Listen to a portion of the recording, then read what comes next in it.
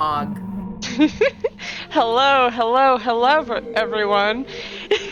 And welcome to another installment of Lucifer's Travels 2. I am your DM and host, Heartless. Now, could, everyone, all of my players, please introduce yourselves to the tune of this sinister music. Thankfully, this music can't hurt me because I've turned it down. I'm AudioVizual, ironically. I'm Toonkind's local bootleg Sableye, and today I'll be playing my local, well, not so local, extraterrestrially local. I managed to get through that word really good. So good, everybody. I'll be playing Phlox Claw, because ironically, they're always the one in Lucifer's Travels. If it's not Phlox, then something's wrong. But that's not my problem, then. It's your problem. Are we doing dad facts? I sort of have a dad fact. Yeah, you could do dad facts if you have them. There are different kinds of Pocalorian Sableye subspecies. As Altaria likes to say, a totally not Alolan Sableye. And is Phlox one? Is Phlox is not? You just don't know. We just don't know. We just don't know. We just don't know. Is that me then? No. Yes, go. Get out of here. I will just simply leave. Goodbye. Hello, everybody. I am Altaria, and today I am playing your extraterrestrial bootleg, sort of Altaria. No, I'll be playing Ducky Claw. Yeah, I had a thing going, and then my brain went, no. Smile. Dad fact. Before I forget, dad fact. Ducky's wearing their lucky shoes. They're bright purple and very sneaky.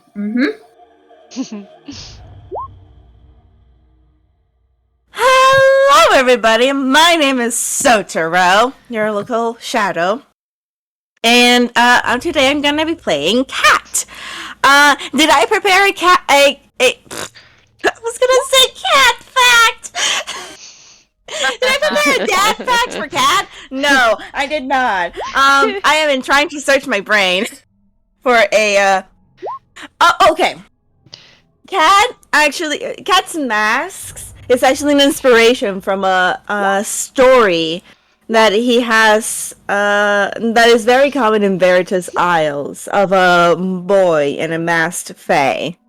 It's a very interesting story. Cat very much enjoys it. Very much. But yeah. Hello, everybody. This is MalaSorte, and I have made the mistake of turning off the lights in my room and shitting myself. Anyways, I will be playing. Yeah, that laugh doesn't help. I will be playing today Carmiña Escornabois, as I always play in this campaign, and I guess since we are in a dark tunnel, scary tunnel, and all of that, Carmiña's that fact will be that if she is already like treat and fucking cycle of nature, shit happens, animals die. But if she steps on a bug, she will cry and actually dig a little hole to put it on the earth. Aww. Oh. What a delightful fact. Rounding up our crew, I am the jazziest AAA battery this side of the county line, or just Jazz for short, and as always, I am playing Sforzando, local real kind bard. Had no clue what he was in for when he joined this. I didn't prepare a dad fact, because I figured the sessions were right next to each other, and I'm gonna keep it real with you, Chief. I don't have the brain cells to come up with one on the spot. Fair enough. And I will be playing, among other things, the only Luciver Oswald Stein, which everyone found out last time that someone knew him as a person named Oakley. And, well, I actually don't really have a dad fact for you today about him. But I wanted to say something about that. Speaking of what happened last time, all of you concluded your separate conversations and came back to the bathhouse. The team that went away from the bathhouse came back to the bathhouse, and both of you heard a large commotion in the main bathhouse area, of which both teams decided to completely 100% avoid, one by climbing the side of the building. And thus you met up on the big boss's apartment floor place. Upon doing that, you snuck around and listened in on a conversation between the boss that you had talked to before and a whiny voice. Seems very much like a child's. You almost got caught, but Phlox used minor illusion to lead the boss away from where you had gone. All of you made it into the office, in which you investigated around some, picked up a whole stack of contracts, and found a secret passage. Of which... Secret tunnel. Of which was behind the fireplace.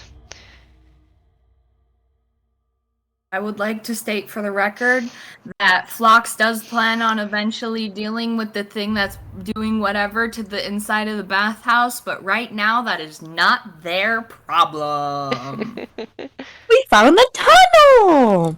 Mm-hmm. So... I'm sure they can deal with it. They're fey, sure.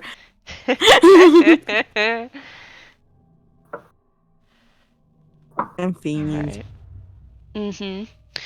So, there is a dark tunnel ahead of you. Is there? Kat, you said you were going in first, Mm-hmm. correct? Yep.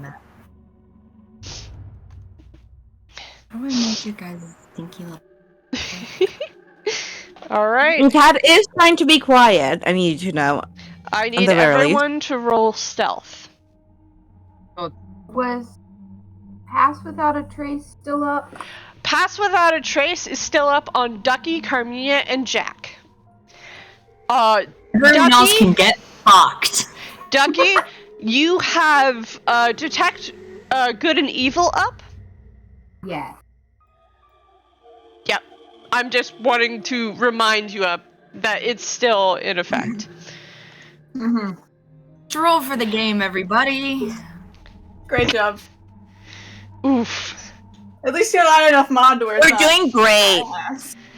Oh, I gotta roll. I'm gonna give Kat that Kat is glowing. He's literally has a halo and glowing eyes. Yep. Those are kind of hard to hide. Hey, audio. Handshake. Handshake. Oh boy! My God.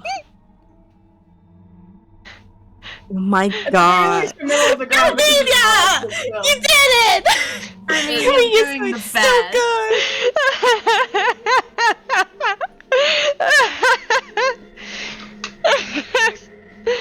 Carmiña's the only valid motherfucker under the Ice Parser's eyes.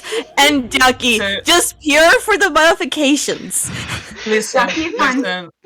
Carmiña is just years of having to avoid people in crowded places. I love Carmiña. I love Carmiña so much. So, you all start down the passageway just to get a refresher on the where people are. Kat, you're going first. Yes. Mm-hmm. Luciver is walking somewhat beside you, if a half a step behind you.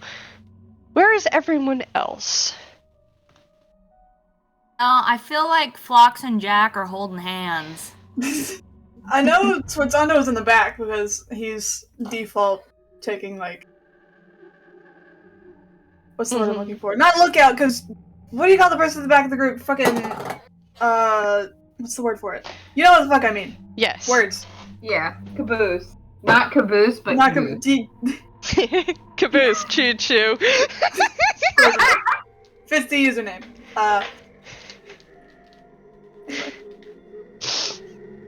But, yeah, so he's at the back, so if you want to have Phlox go back there with him. Yeah, Phlox and him can hold hands. That's why they fucked up their self. Phlox keeps trying to hold his hand, and he's just like, what the fuck are you doing? It's also very, very dark in this tunnel, and both of you do not have dark vision. Nope. Even with Kat's ambient light, you still have a hard time seeing through the darkness. So, a couple of times, both of you probably, like, stub your toe on rocks, or trip over them a little. Also, yeah, we don't have the map, it's just the audio. Okay, don't worry about it. Don't worry about the map for right now. Shut your fucking mouth, awkward. Okay. Can you please stop drawing on the map? Fucking snitch! Alright, Sorte, where is Carmiña in this lineup? What place is left? Not. So you could take up the middle, you could go a little bit ahead of Kat, you could be a little bit behind everyone else, because no one can see you! You know what? Carmiña is free. If nobody can see me, Carmiña is gonna be just like still near Cat, just a little bit in front.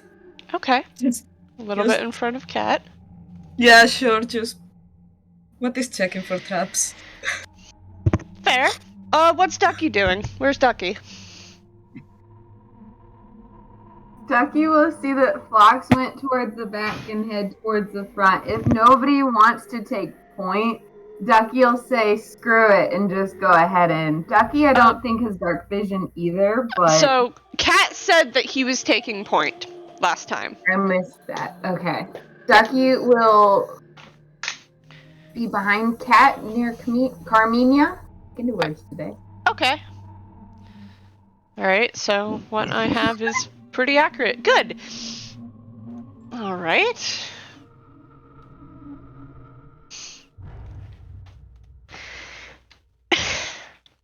So, you guys start down this dark passageway. Kat, you can see along the edges there is a sort of ostentatious decoration at first, but it seems to just degrade into roughly carved rock as you move further and further along its length. After a little while, there starts to be at the edges, and I'm gonna switch you guys over to the other map. Small, glowing crystals that provide dim light within only a 5 by 5 square radius.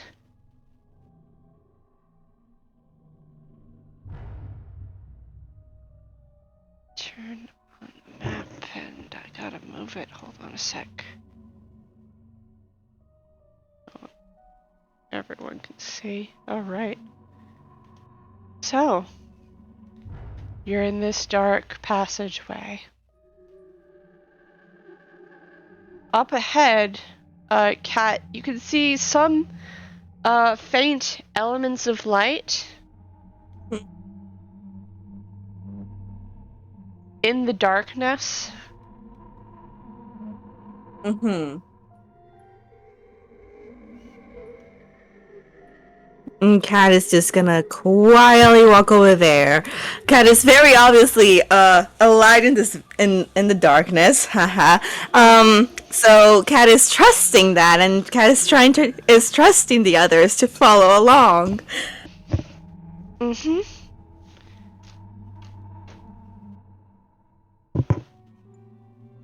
Go ahead and move your token up Just your movement speed.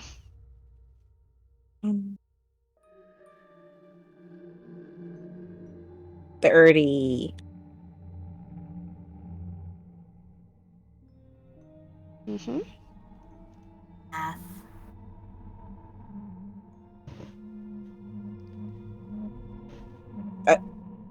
Guys. Oh, are we supposed to walk too? Yes. Yeah. Oh, Oh, I have go. so many icons. You have to change it to the select. Yeah, don't worry about it. First of all, I forgot. Second of all, I made an oopsie. Third of all, I thought we were promised a drawing space. Fourth of all, Heart, I'm very sorry.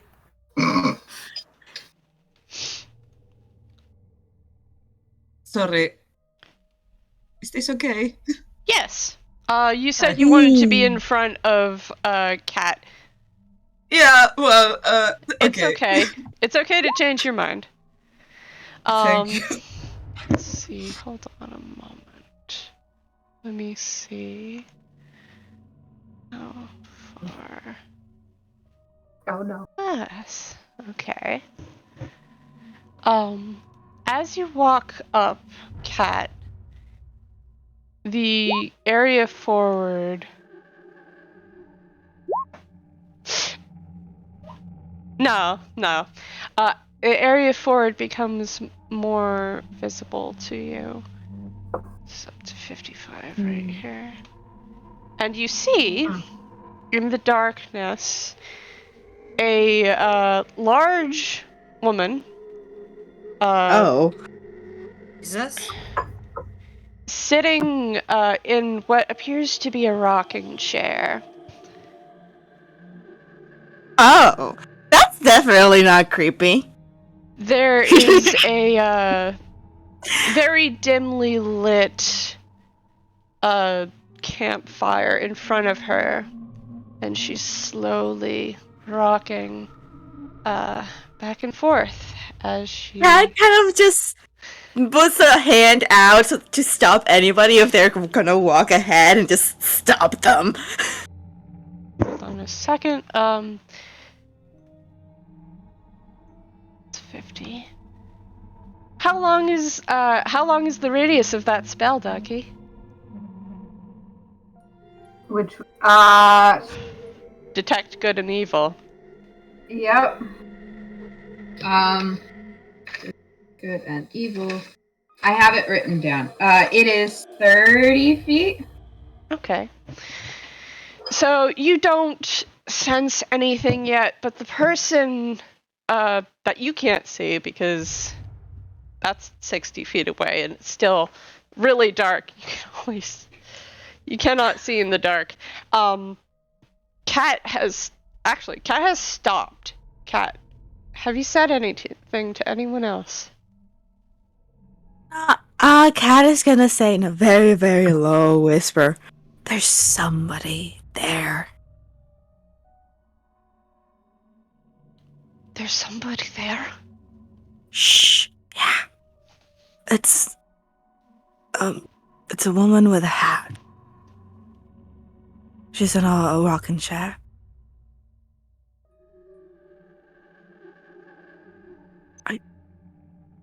I don't know who she is. I can barely see it. But we should be very, very careful.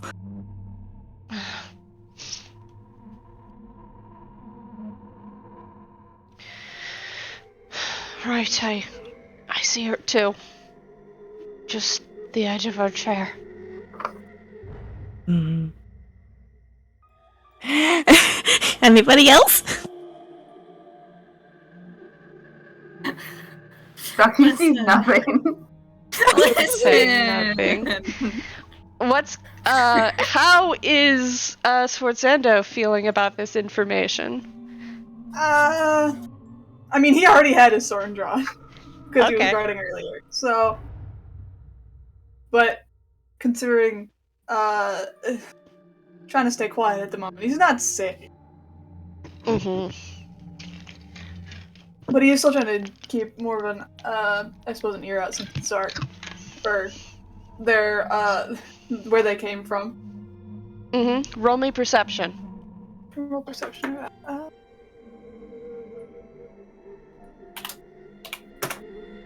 Nope. Okay. Yeah. Thanks, Parser. Very cool. You're keeping an ear out behind you, but right now, it's It's a dog. It's a dog. Eerily quiet. Great. Don't mind the dog. The dog's not there. It's a cosmic dog. It's a cosmic dog.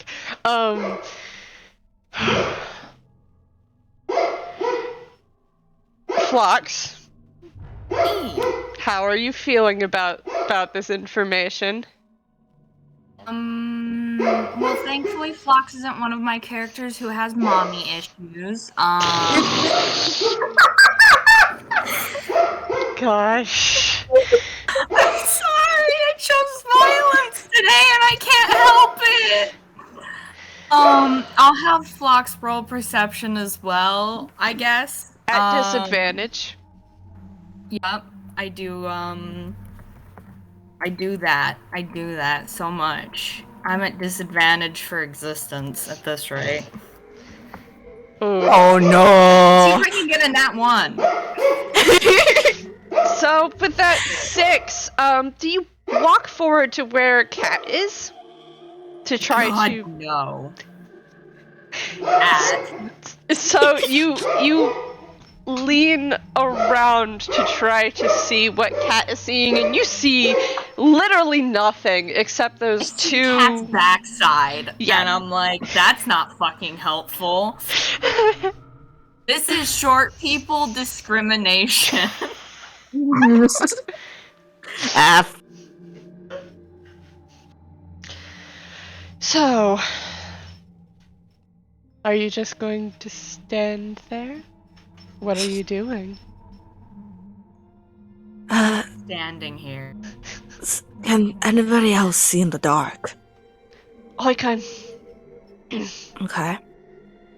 Like we've had this conversation before. Well, I don't know if it'll be best to send one of us to out there and try and check it out, and then come back. But And she just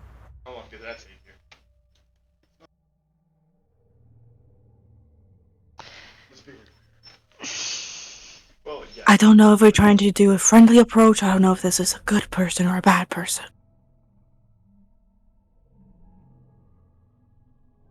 Phlox taps Ducky on the shoulder. They kind of raise their hand in a rock, paper, scissors movement. Oh my god. Ducky starts shaking their head and does as well. Alright, 3, 2, 1. Oh, wait. Roll a d3.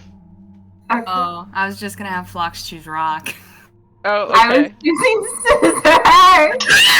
Oh my god. Okay, you guys are doing rock, paper, scissors. What What does it come up as? Phlox chooses rock, Ducky chooses scissors, Phlox always chooses rock. I don't know why Ducky hasn't learned yet. Ducky's having an off day, okay?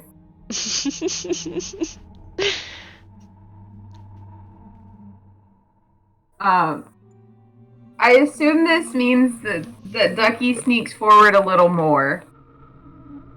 We can do best 2 out of 3. Ducky got a Nice higher this time. stealth and has passed without a trace. Ducky will sneak forward. Okay. You sneak forward into the darkness. And the person rocking there doesn't seem to know you. How far do you sneak into the room? So I don't have my pin. 1, 2, 3, 6. So right here on the map where I just drew that line, is that about 30 feet from the rocking chair? 5, 10, That's 15, 30 feet from the rocking chair. 5, 10, 15, 20, 25, 30. Yep. Oh, there's pointers now too? Okay. Yes. Ducky will try. Ooh, those are really bright. Ducky, if they get, they're already sneaking forward. Ducky will try to get. Yeah, Ducky will try and get within that range. Okay.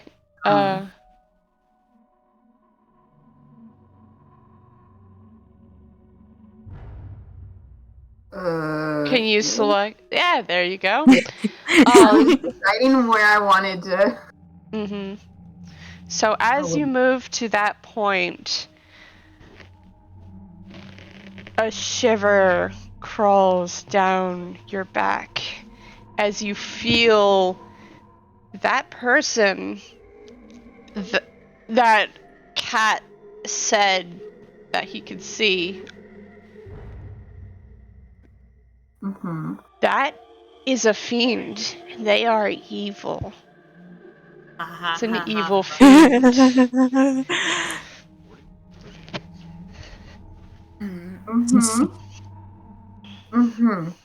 Ducky will. Does it look like our friend the fiend has seen Ducky? No. They are still. You can hear the sound and creak of the rocking chair. You can't actually see them.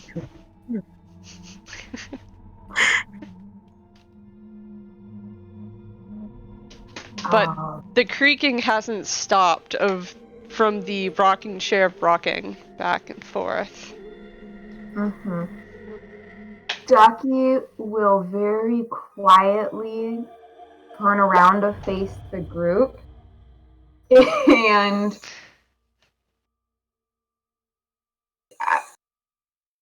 we didn't really talk about this, but I assume they've got hand signals, Ducky and Phlox, for stuff like this, and symbol to...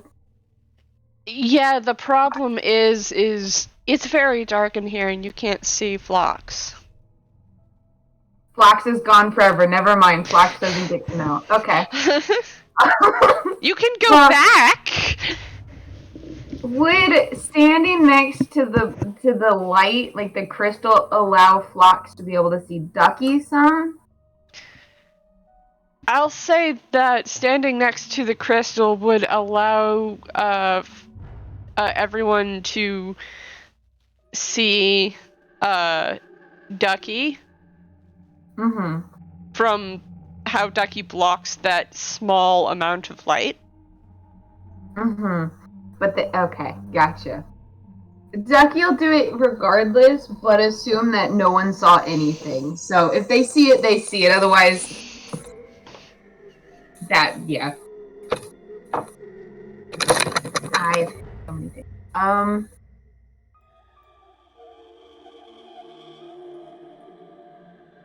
Oh no! Can I say, do I? Go ahead. Do I want to make a perception roll to see now that I'm kind of in the opening of the room? I know it's dark, but I'm trying to tell from the map how much I might be able to see. Roll me perception with disadvantage. I'm trying to see so bad. I just want to see things. I'm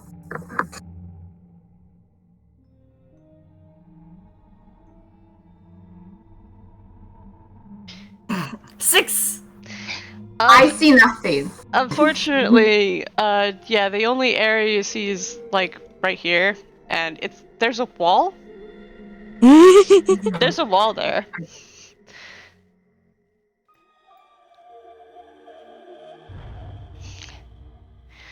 So are you standing next to the light? If no one else wants to make any moves, since that was my 30-ish feet, Ducky will start to. The goal is for Ducky to start following the wall that Ducky now sees, and kind of try and go around, and not just right in the open. Okay. So as you start to walk along the wall, disappearing from your friend's sight as you move out of the light right here. We're in this direction.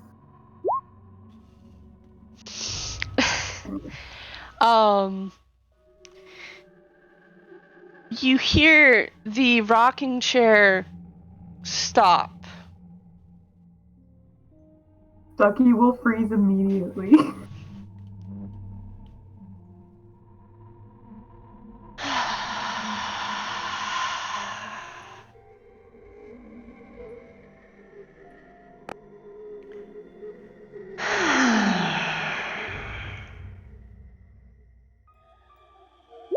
Seems like my little sister should keep a better eye on her new toys to keep them from wandering too far from the playpen.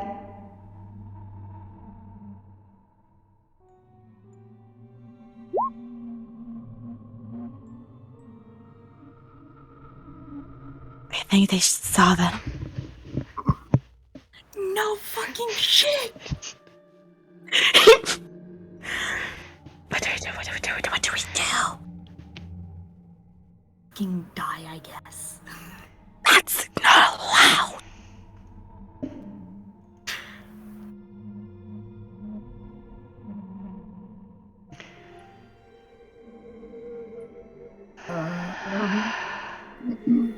Don't just stand there in the entryway. Fuck. Cat is gonna take steps forwards. How far forwards do you go in? Just up to here. Okay. Center. I feel like Cat can now see pretty much everything. Yeah. Okay. Oh boy. I get to see everything! Cat sees all. I mean... It's with the name. Cat's in the night, right?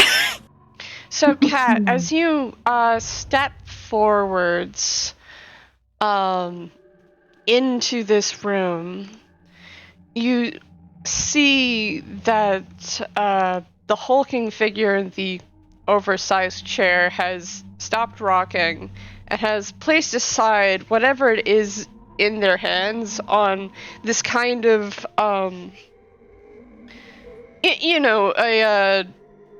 side table that was set up beside them. Along the walls seems to be shelves and all manner of things that you can't really make out in the grays that you can see with your dark vision.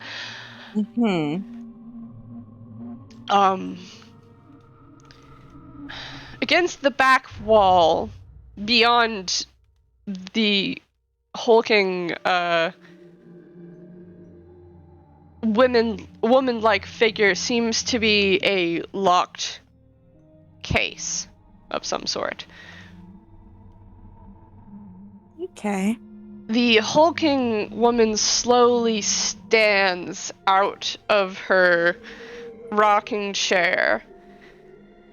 It seems kind of like a trick of the very dim light. But as she turns around, she doesn't look as monstrous as you were imagining. Don't trust that. Don't trust that. What's everyone else doing?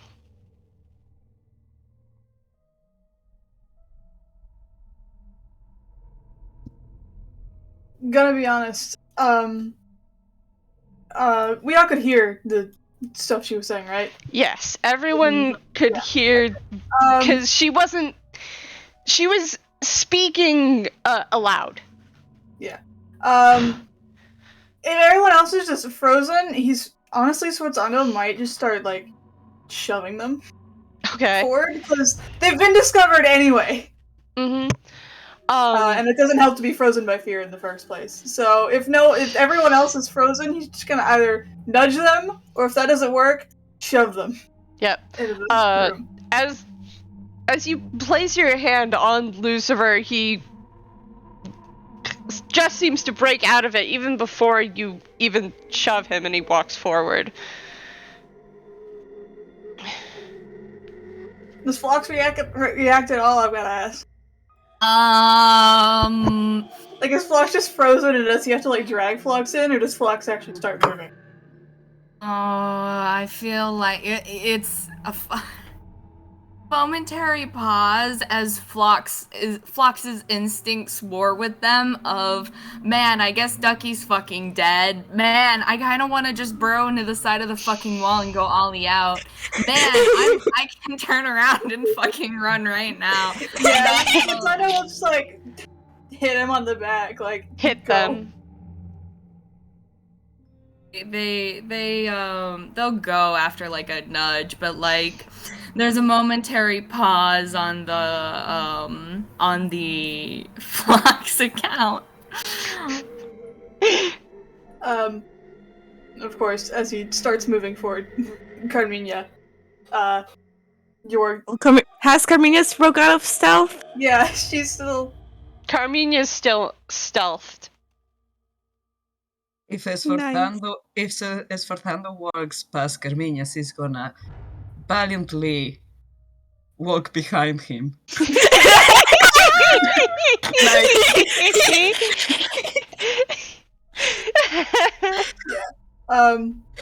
So he'll come in, and he'll probably move to the side so to, like, show Carmiña once they get into the entrance.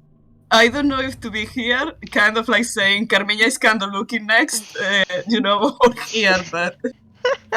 No, he steps out of the way, so Carmiña is no longer behind him. Oh, you don't know where Carmiña is. Oh. Right. Jack. Oh, yeah, Jack does not know where Carmiña is. Right, she had behind himself. It's fine. We can say that Jack has an instinct for this. Just kind of... Yeah, which is why I put him behind Kat there, because he's getting everyone in the room. Mm-hmm. So as everyone enters, Kat, you see her look towards Ducky for a moment, and she takes a few steps forward this way. Ducky is becoming one with the wall. And it's just like, Ducky, come here. Ducky can't without getting closer to her. Ducky's not moving. Ducky's becoming one with the wall. Oh my gosh. And she... Yeah, go ahead. She gives a sinister smile in Ducky's direction. Dearie, why don't you join your friends? We have to talk.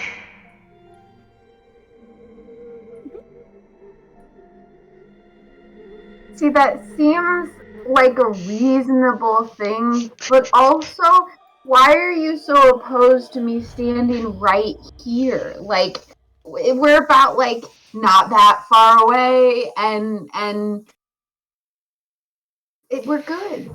We're good. It's fine. We can talk from here. You can stand over there, and I can stand here. We can talk. All right then, your choice. So, seems that you've gotten past my little sister. What are you doing here? What do you want? We are investigating the area, that is all. We're simply curious about many affairs. Kat is just smiling and kind of gives like a low bow, not a low, like a light bow, and just straightens up again. He is trying to be very civil. Mm-hmm.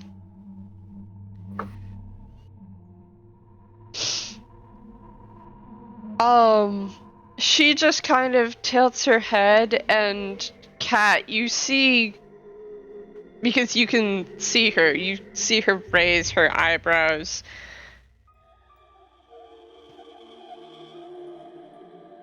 And she just kind of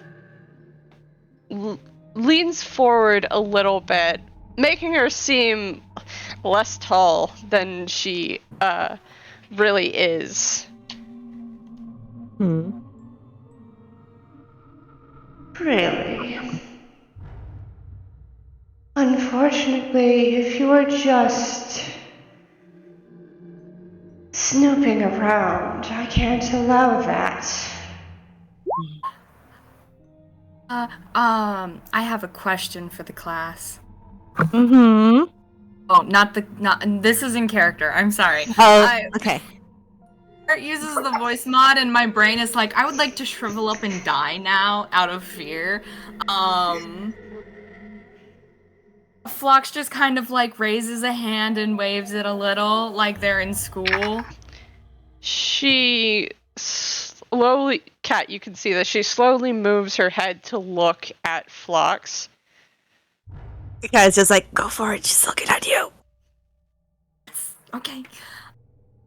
Oh, why are you behind the fireplace? Like, are you not allowed to leave behind the fireplace? Do you even like it in here?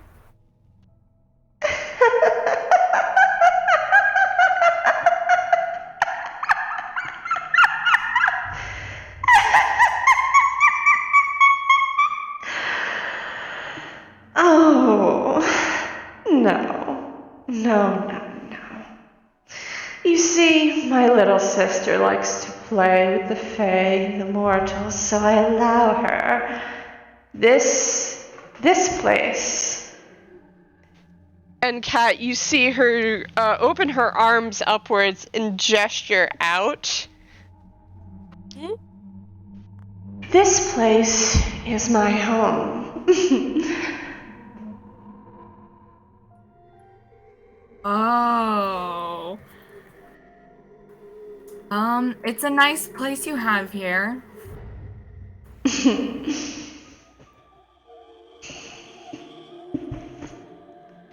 She looks over the rest of the party. So, I'm certain all of you are curious as to why this is here, aren't you? Very much so. If we all are simple creatures, and well, curiosity is a great thing, isn't it? It certainly is. It brings me more and more clients. Clients? Pray do tell? Oh, well, there are many who would seek a witch's services.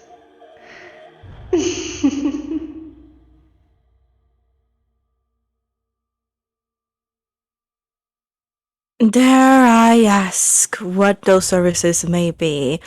What could be your specialties? Well, I'm a fair bit good at magic.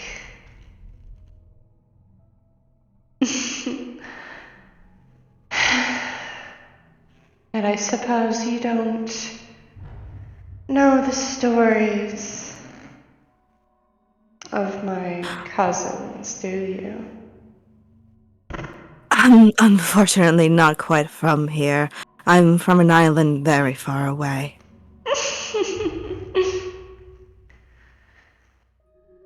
The Veritas Isles, right? I need you to know Cat internally is shrieking. But Cat is so... Yes. You're right on that.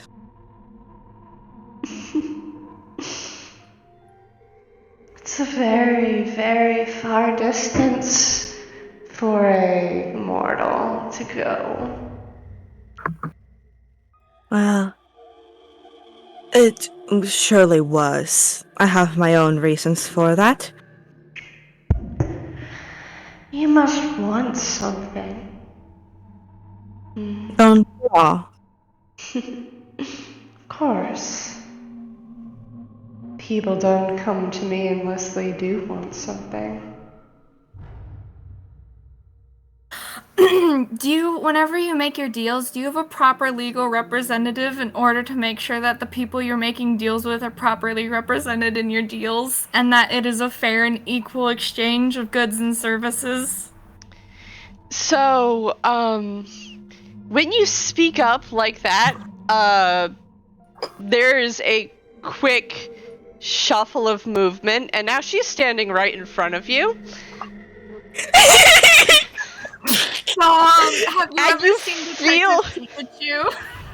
And you feel the blowback from the rush of air of her moving forwards. Have you ever seen Detective Pikachu and there's the Charizard and the Pikachu fight and the Pikachu just shrivels up into a ball? My I need you to know that's the internal Phlox right now and the external audio just a little. I need you guys to know Altaria's cackling. And she leans forward into your space. Now you can see her. She's not very pretty. She's got like this hooked nose and is very like an old crone.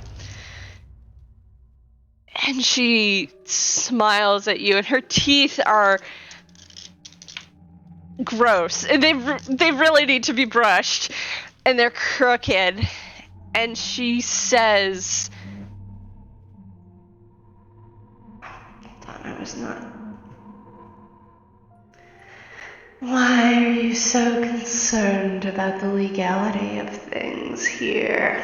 I need You to don't know her. even know You made a where you mistake. are. You said she leaned into Phlox's space.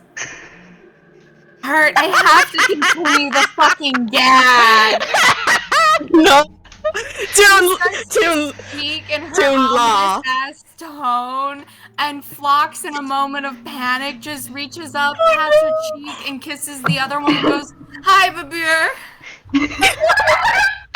Which is Mandoa for Granny, basically. You do that, and she reaches forward, and you can feel her long, not sharp. They feel kind of sharp as she gently cups your face. You can feel her long fingernails against the skin right behind your jaw. And she says, Why aren't you sweet? and then there's a rush of air as she steps back. I was about to say, can Sforzando, like, lower his sword to try and get, not as an attack, but, like, between her and Phlox to try to get her to back off just a bit? So you kind of angle your sword in between them, and you feel eyes on you, and there's a rush of air, and she steps back. He just silent. He just had. She can tell he has his sword at the ready. Mm-hmm. That's it for now. I have some game zone. Is that a good thing that he can do, or? I'm curious if yes. you can. Yeah, ready. you can. Yeah. Okay. You can do that. Okay. You can. You can do that. If she attacks, he's going to step between and go for that. Mm-hmm. All right. So, Carmiña, what are you doing? Yeah. This is too big for my britches. Carmiña is just like, what the fuck are we in hell? What? What did you say? Carmiña, I think Carmiña is just to herself, what the fuck are we in hell? I honestly don't know what to do right now. I'm tempted to go forward a little bit, see if there is anything interesting behind her. Mm-hmm. So, so you know you can't see. It's very, very dark, except for around that little campfire that you see, which is dim light. It's like glowing embers. So if I were to go forward a little bit, would I get something else, or? So from what you know from everyone's reactions is that the person is probably like right in this direction. You can't exactly see her because it's dark. Oh, yeah, but I'm asking us in like how the game works. If I go a little bit forward, will I get a little bit more of vision forward? That's Only do for I make sense? only for directly around yourself. You could walk forward into the room and try to roll a perception check for me at disadvantage. Alternatively, you could wild shape, go into a shape that can see in the dark and see in the dark, but you'll lose your hands. Yeah, just because. I'm gonna save that. Mm-hmm. Yeah, I can. I think I'm. Do you mind if I move? Yeah, go ahead. Move your token where you're going to go.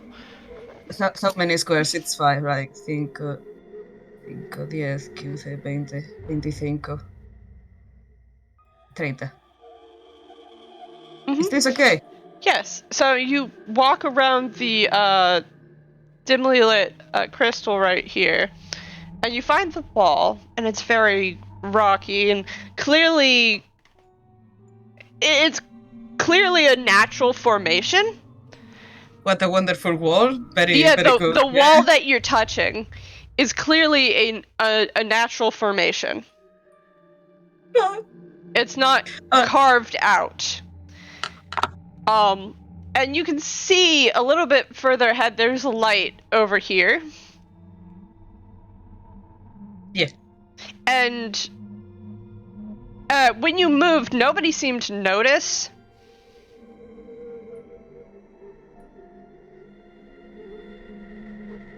Not even Luciver as you passed by. Okay.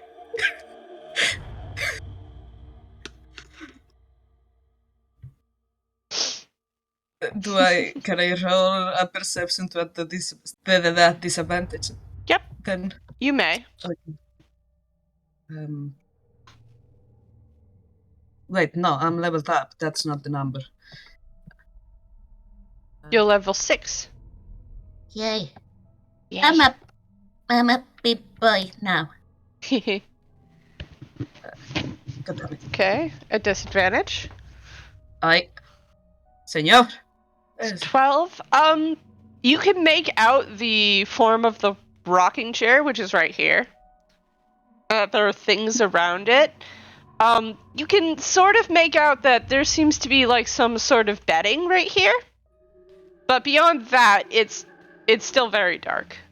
You can like see the shapes in the dark sort of deal. Okay.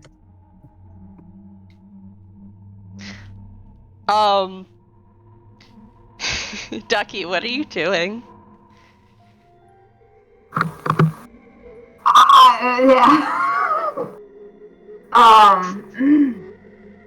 Ducky's a little close. Ducky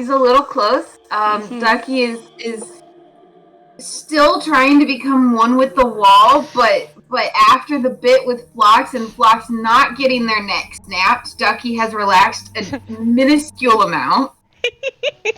You were like, yeah, puts hands around Phlox's face, and my brain went, oh no. So, that's where my brain went. I've seen movies. So there's a minuscule of relaxation, but Ducky still has, if it's not been 10 minutes, Ducky still got Detect Good and Evil up, and Ducky knows exactly. And you know, Duck's having a time. Duck is not going to attempt to move or anything. Mostly because Ducky doesn't know how it will be taken. Ducky is good becoming one with the wall right now. Okay. So she's looking at you, Cat, and she still has that kind of sinister smile on her face, and she says, So, dear, do you speak for all of your friends?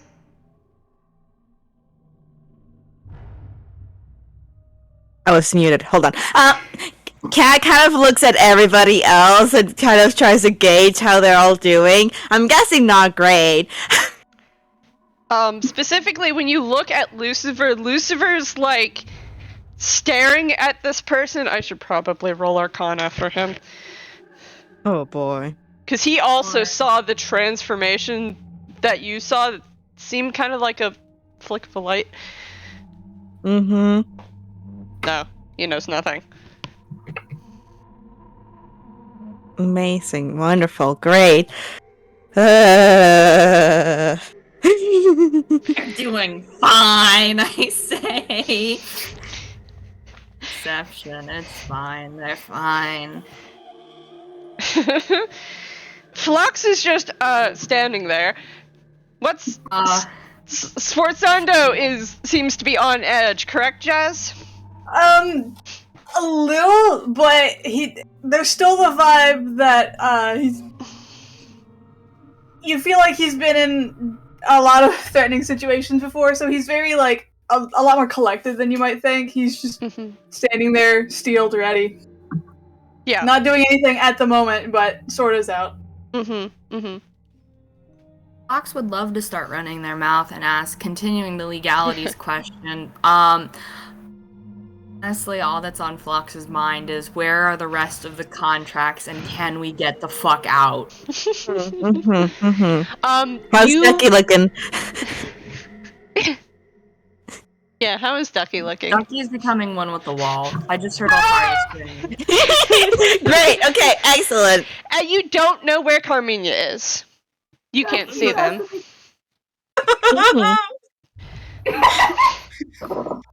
Great, excellent, great. Cat is going to smile and just very calmly and just, yes, I'm speaking for them. But if they so wish to speak up, they're free to. Well, that's nice to hear. Like I said earlier, nobody comes to me unless they want something. So, you must want something. All of you have individual desires, don't you? I'm sure we all do. I'm sure we all are seeking something. But for now, we have a job. And we are looking for contracts. That is all. contracts. I guess that depends on how much they're worth to you.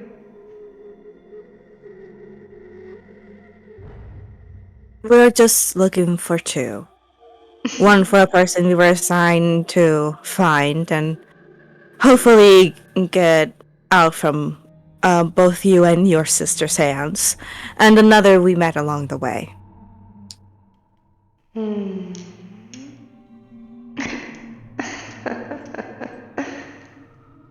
think I have those. You see, I those see. particular contracts that are not legal in the Fae eyes, those are mine to hold. Because my little sister can't handle it. I see. I'm sure I'm sure you're doing a wonderful job at that. As you can see, we've already been trying to search for them, and well, let us hear.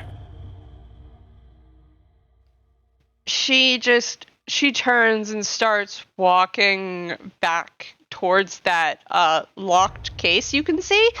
Carmiña, where are you going? Was gonna go there. Okay, go. There was enough time that you could probably get over here. I was just gonna snoop for the thingies. Can you click again? There. Right No, here. that's too much. Yeah. So, as you get here, you're feeling along the shelves and everything. Roll me investigation. Why I'm doing this harder for myself? Why I don't transform? Don't damn it. Investigation. Sorry, give me a second. I should To scroll this up absolute. a little bit. Well, she's no Columbo, that's for sure. Oof! So you're feeling along these shelves and you find something that squishes and you go, oh no.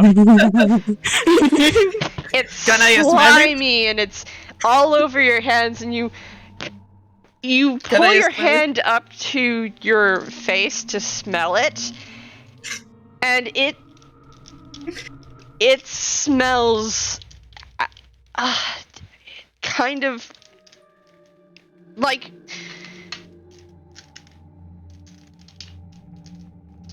it smells awful.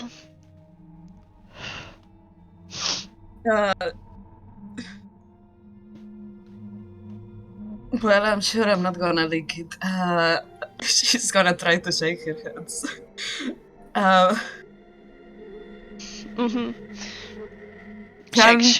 Shake.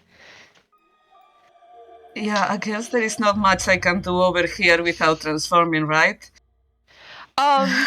So as you're considering the action, you see the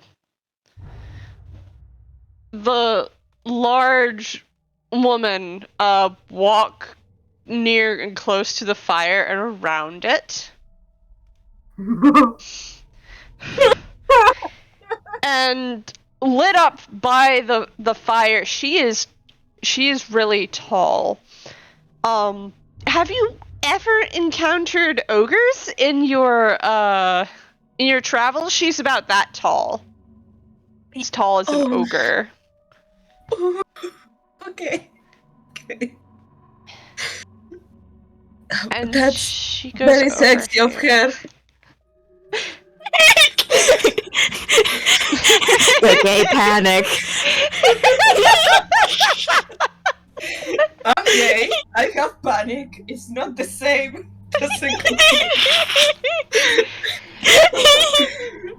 So, as you're by the shelves, she leans down and produces a key from somewhere in her clothing.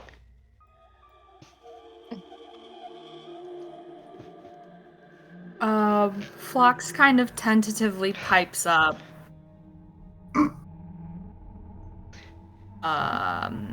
And they just kind of go, so, how did you and your sister, come to this kind of arrangement?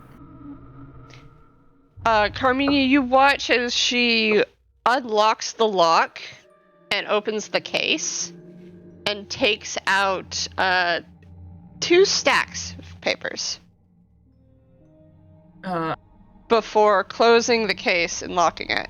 She turns around, and it seems she's facing where your friends must be. Why, how did we come to this arrangement?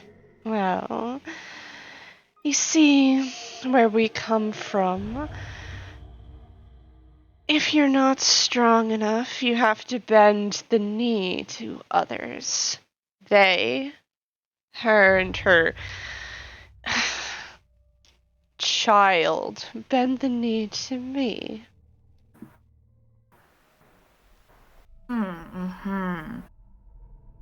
So do you get to, like, use the bathhouse at any point? Like, are you just stuck in your nice little fireplace hole in the wall? Like, you don't get to get out and enjoy yourself or anything? She slowly starts to come back around the fire pit towards you.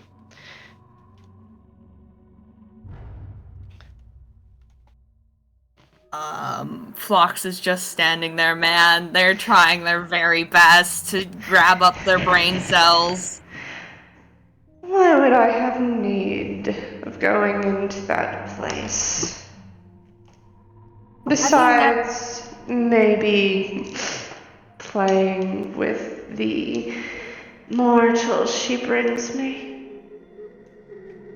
So you've never had, like, a hot, steamy bath? Like, your hair up and, like, I mean, I think you have hair. I don't have hair. Like, you know, a nice warm towel and maybe some coals in a bucket and, like, some scented florals.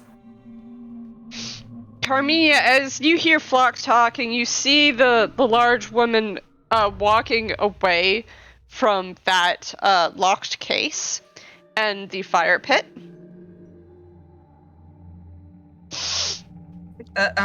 She has, just because I am dumb and audio processing issues, she has the contracts, right? She has the 2 of them. So you saw her take out 2 stacks of papers and then lock the case. Damn it!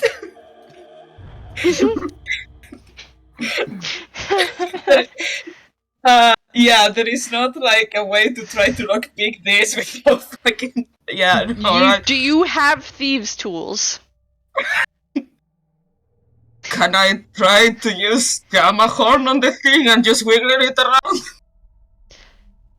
Okay, so I'd say I would count Yeah, a bobby that's pin. a no.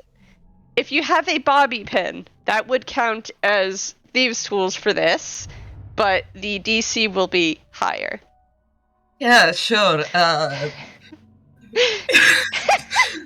Just let's leave a little.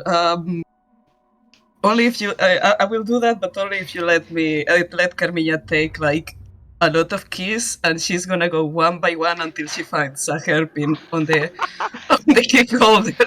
Okay. Yeah. Roll a D10 to see if you can pull out a ring of keys. So you pull out a ring of keys. There's not as many keys on this as you last saw it. Damn it!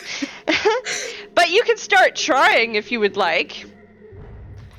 Roll me a D20. Just a straight D20. Okay. Virgencita, nunca te rezo. No te voy a rezar por esto, pero... Ay, Yayita en el cielo. Fucking, this is why I don't go to mass! This is why I don't go to mass! Alright, while Carmiña is trying keys, the large woman steps back into your view, Ducky, and stops, holding 2 stacks of papers to her chest very carefully. And she looks at Phlox. Cat, you can see this. Phlox, you can't, because she's not exactly in the light enough for you to see. That's fine. That's fine. And she has this kind of smirk on her face. Like, oh honey, sort of deal, but it's derogatory. Derogatory, oh honey. This is me where Oh, sorry. You don't understand. You don't even understand why we're here. At least why I'm here. This is my vacation.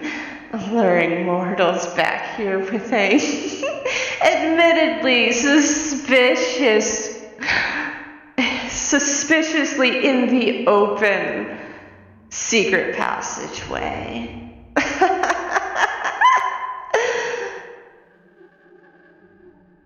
I have a question. I have a lot of questions. I hope you can indulge me, Bibure.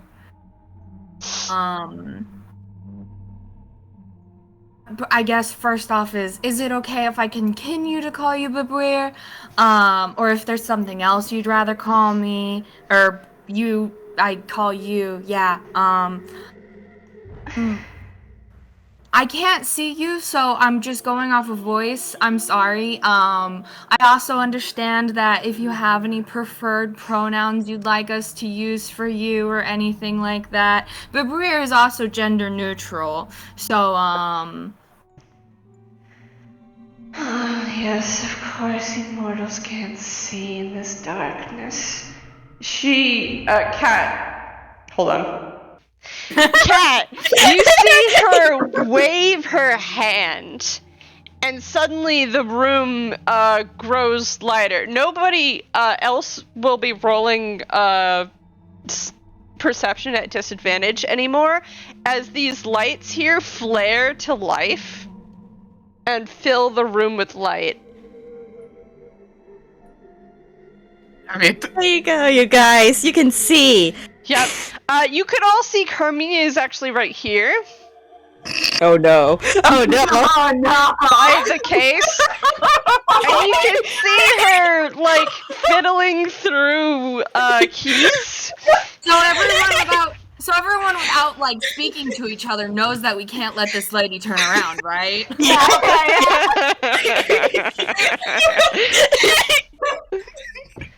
Please, just please imagine Carmiña just looking at you with the most scared expression.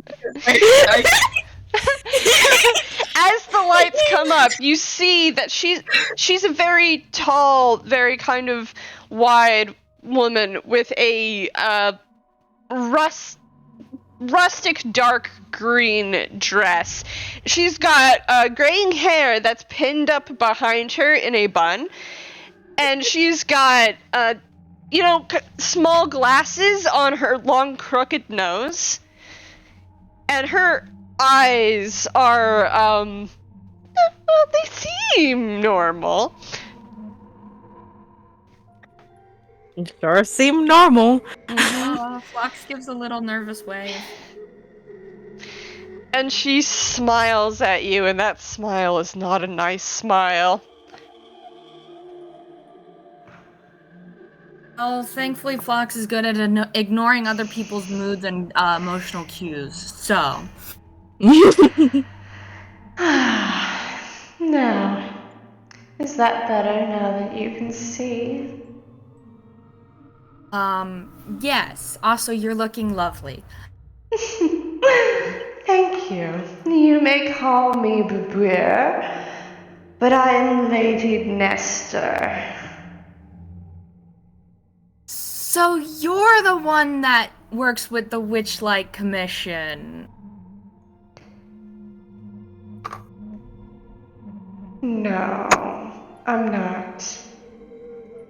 That would be my sister, Yamaona.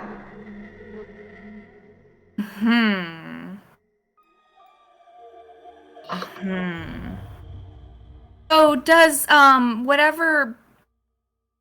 wherever you're from, do they have a commission of sorts? No, there is only the market.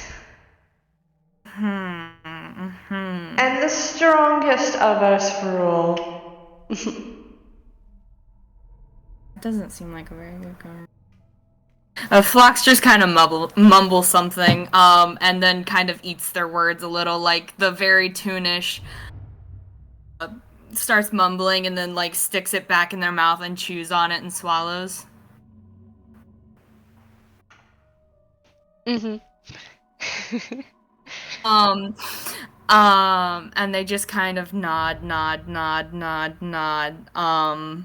As you're nodding, she starts to rustle her long, admittedly longer than usual fingers through the stack of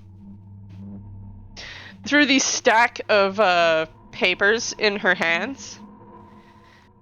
Luciver just kind of moves up closer to Jack.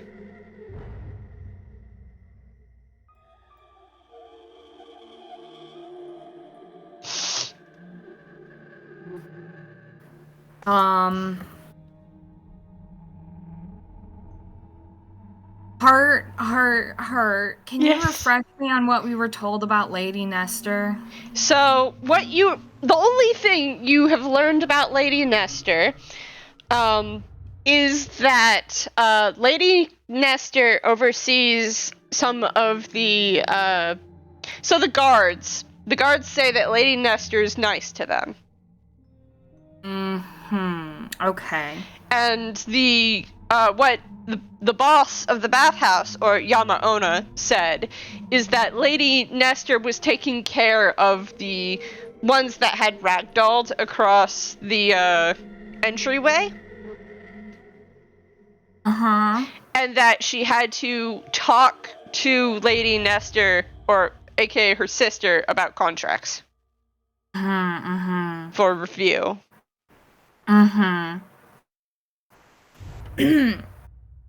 Thank you. Phlox nods. And then they go like, so we were actually your sister said that we would be able to review the contracts here in the bathhouse. She just kind of gives this expression towards you like she's looking down upon an ant, and her eyebrow raises upwards.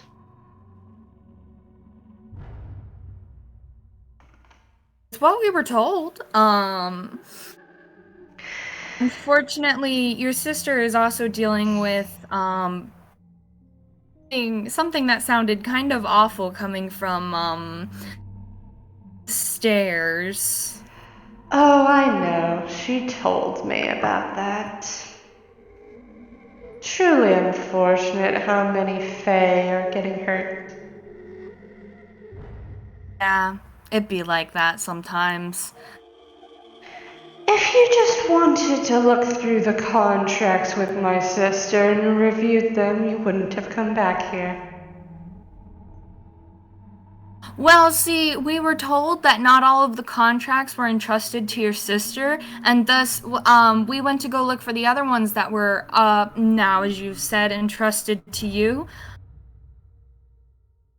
These ones, right here in my arms, yes. But they have nothing to do with the Witchlight Commission, or any of the Fae.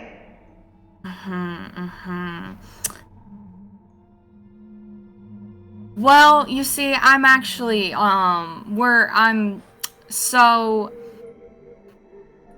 here's the thing. Unfortunately, some of the people that came under contract with you were already contracted under, different jobs. they have different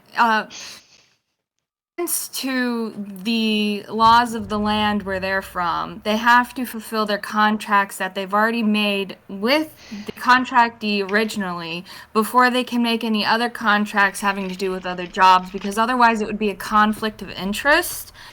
Is this a deception or a persuasion check you're trying to make here? This is me pulling shit out of my ass. So deception. Okay, roll me deception. I mean, it's not okay. What? Truthful from what they understand. If it's from what they understand, then it's a persuasion check. You're trying to persuade her of this. Okay, I can do that. I can do that, I guess. I believe in you.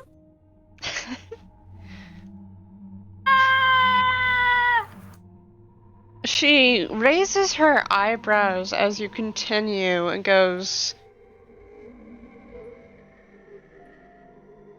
Really then?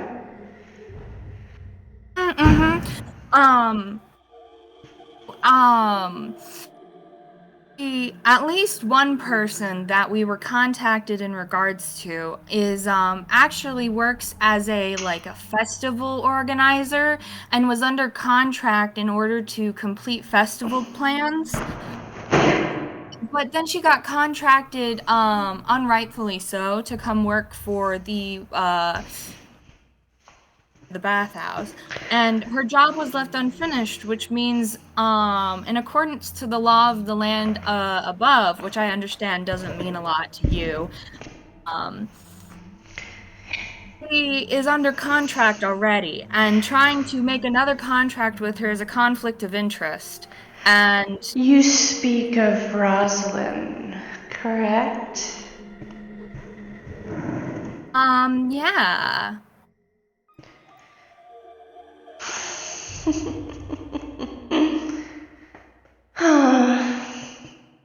Such a fun game, and my sister plays it all wrong.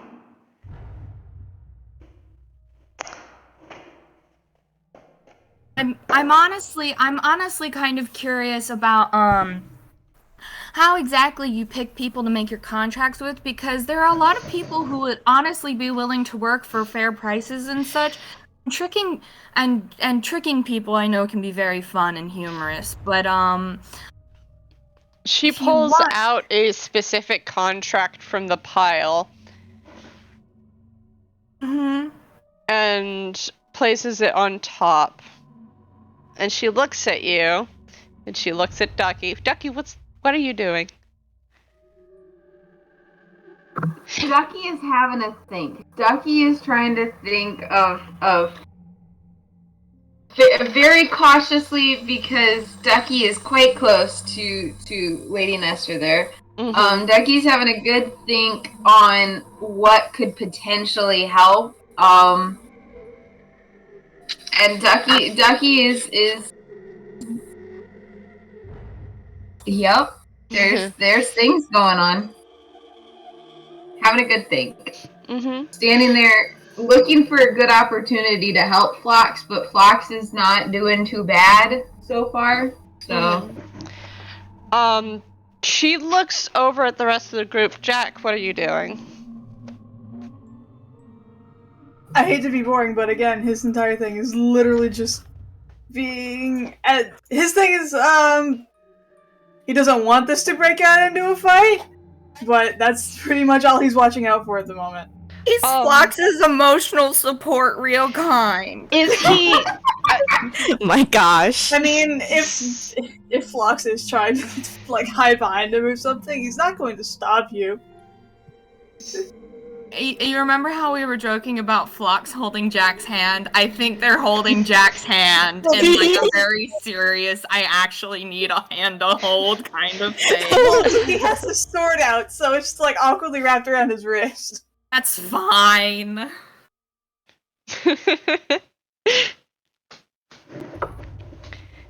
And but she... his main concern right now is making sure things don't break out into a fight. And she looks over at Luciver, and Luciver is still staring at her. Lucifer doesn't look afraid. Cat, what are you doing? Cat is I'm just standing here. Cat is just gauging the situation, trying to follow along with the conversation, and keeping an eye out and such, especially because Carmiña's on the other side. But if Phlox needs any help with and continue on the conversation or anything like that, Cat will step in. Like, Cat is very much a member of the conversation, but right now they're silent because Phlox has taken the floor. Carmiña, you're still trying keys. You keep it. The keys won't turn in this lock, and you're getting a little frustrated. I mean, I can angrily keep trying. You can keep trying, but I'm telling you, you got an 8. An unfortunate 8. Yeah. You're going to keep trying, but you pull out a key, you try it doesn't work. You pull out another key, you try it doesn't work. That has been happening for the past couple of minutes. How big is this thing? So the lock is actually a lot bigger than the locks you're used to. No, the whole chest. It's sized for Lady Nestor, so it's bigger than you're used to. Yeah, that's not gonna fit on a hammer space. No. Damn it. No, you can't. You're not even sure if you can pick this thing up.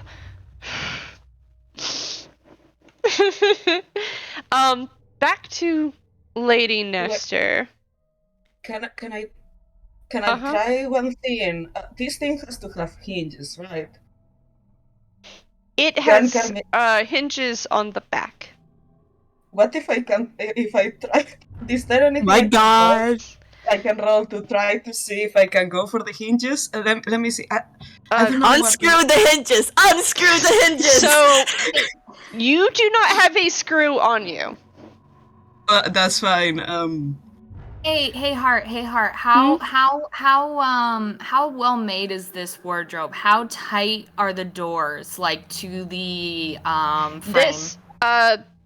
There's a wardrobe somewhere else. Carmiña is dealing with a case, a locked case. Can I try to cast plants to grow right on the hinges of the chest to make it open? Roll me stealth. Oh no. Sorte, Carmiña is also a UPAN. Carmiña cannot get through the case by slipping through it. Damn. Look, she's not valid. She's not that free to the events. I guess I could do that. Like, what would be more roll a stealth? You told me to roll a stealth. Never mind. Yes, I told you to roll stealth because you wanted to cast a spell. Do I still have the effects of pass without trace? Depends. Is the spell you're about to cast a concentration spell? I have 2 options. Let me see what are my options. I don't think so. Is okay. I'm so sorry. Nope, it's instantaneous, but it's visual and somatic. So I have to make a noise. Visual and somatic? Yeah, I'm pretty sure you have to make a noise for it. Yeah, I think I will have to use that instead of really truthcraft, right? Yep, verbal. So if you cast this, you'll still have pass without trace. You still have pass without trace. It's coming up on the close end where it's going to run out, but you can roll stealth with it. Alright, thank you very much. I'm gonna die now. Ay, señor, no me jodas, por favor. You cast this spell, the quietest you have ever done, but everyone else, you watch. Lady Nestor is about to speak, and then she pauses, and she starts to turn. I was also wondering, if you don't mind, how As you many rooms she turns further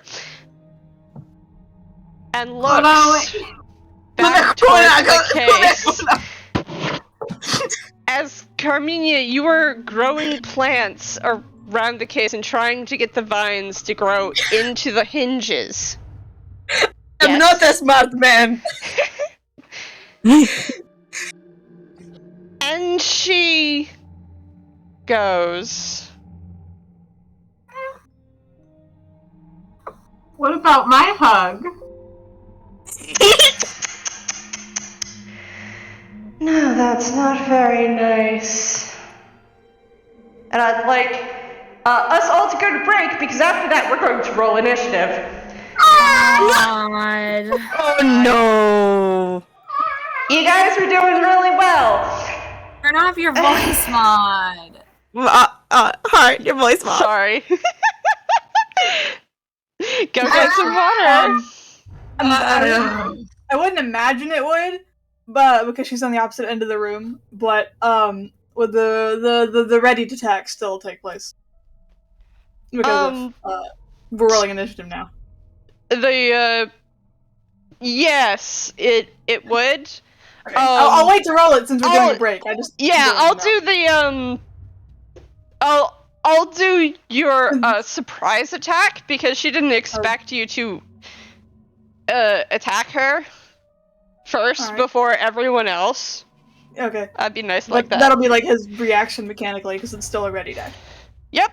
Well, so the way it works outside of initiative is that you do an attack, and it happens. It doesn't take your reaction, and then initiative starts.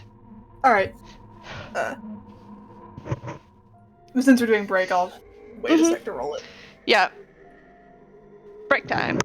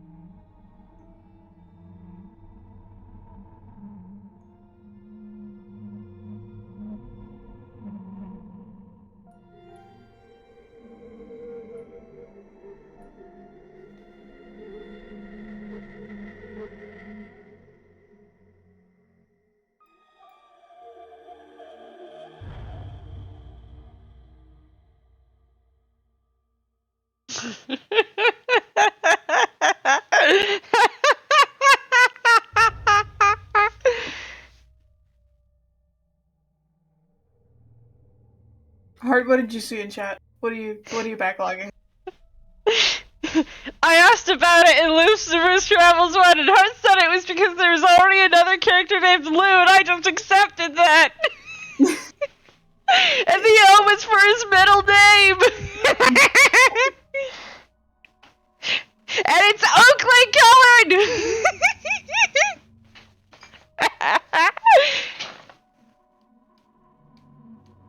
That's what I'm maniacally laughing about.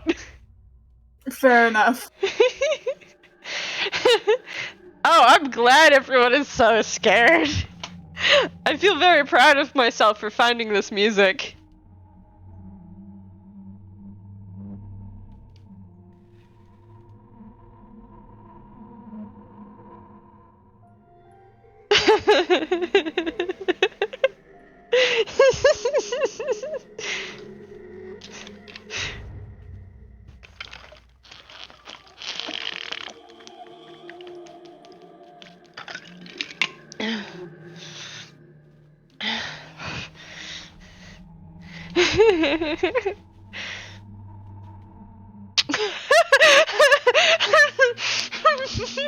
Sorte, sell your soul for a single chip. Is she single?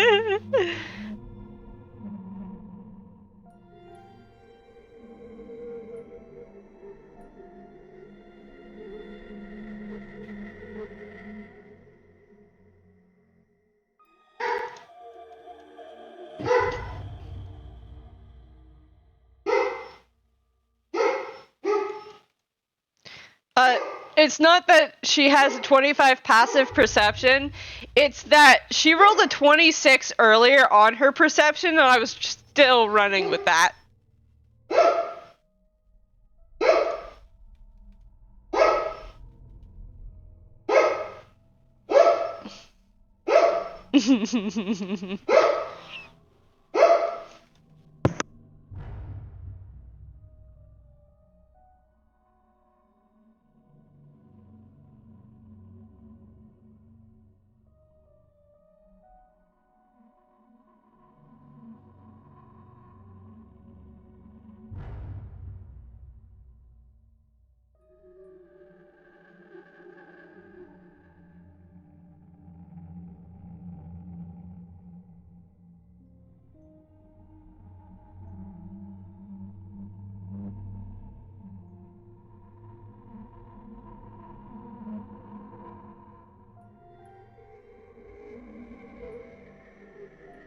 Yeah, it would still be 22 because it's 10 plus the modifier. The modifier is 12.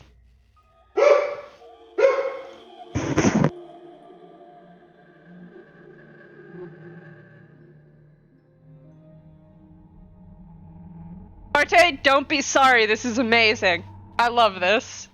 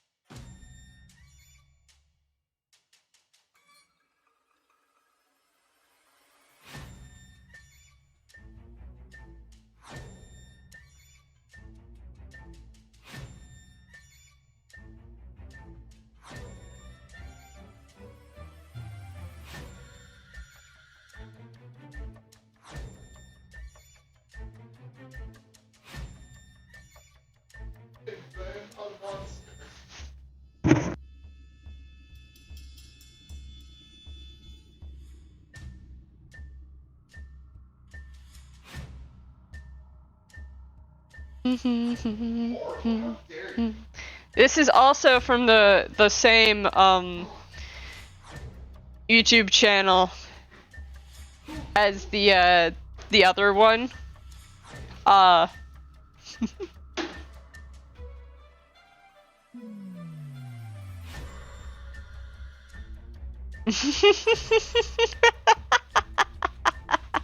Wouldn't you like to know?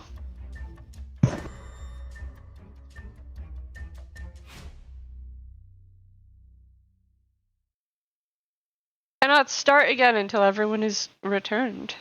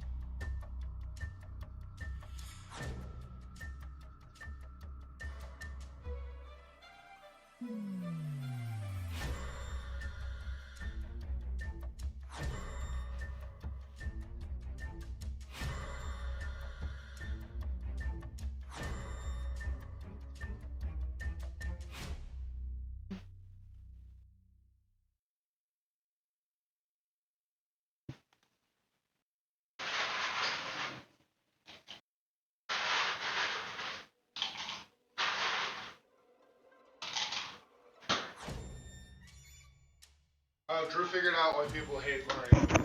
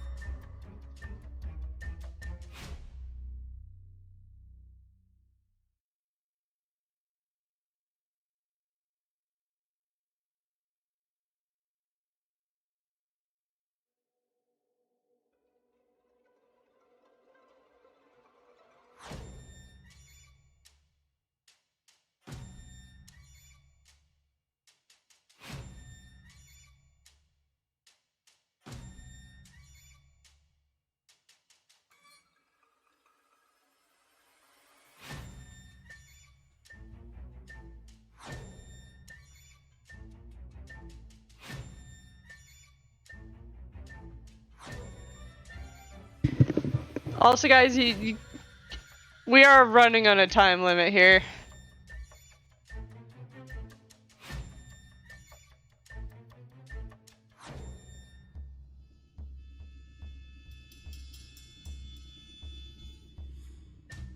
Ah, where are they? Ah. Hello. Hello. We were discussing things. Sorry. Hi. I'm waiting on my tea. I'm just gonna take it up. Yep. Don't mind us. We were having our reconvene and talking about things. Toaster, Mhm. I have just a single question about did Carmiña ever manage to break the fucking box? No. God fucking damn it! I hate this box now. Gosh, what did I miss? What did you guys talk about?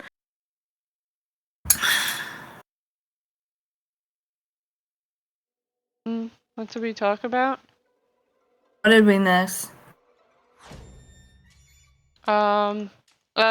Really, not really anything. Okie dokie. You missed me being unfazed by the creepy music because it just reminds you of a different song about a tree. about it. I'm gonna go ahead and I guess roll Phlox's initiative. Oh yeah, if we're doing that.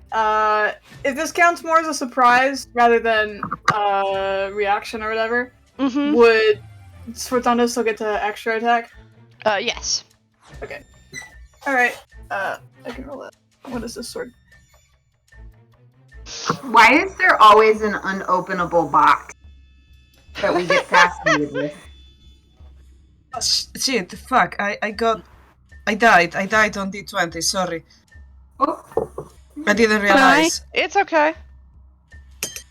Just come back.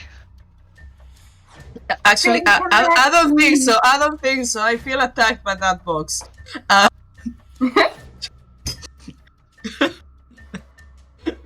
Yeah, I'm getting back. Just 1 sec.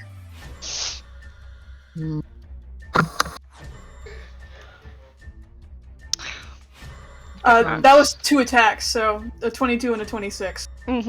Okay, hold on a minute. Let me... Check the AC, yeah.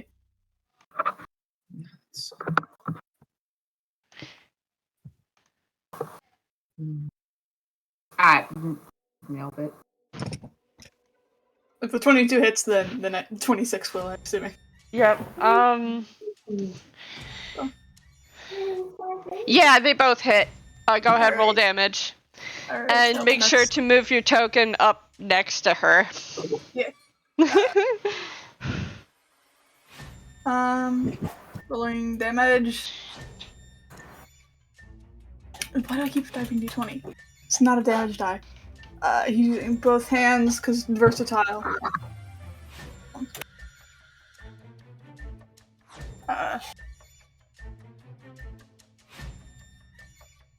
There.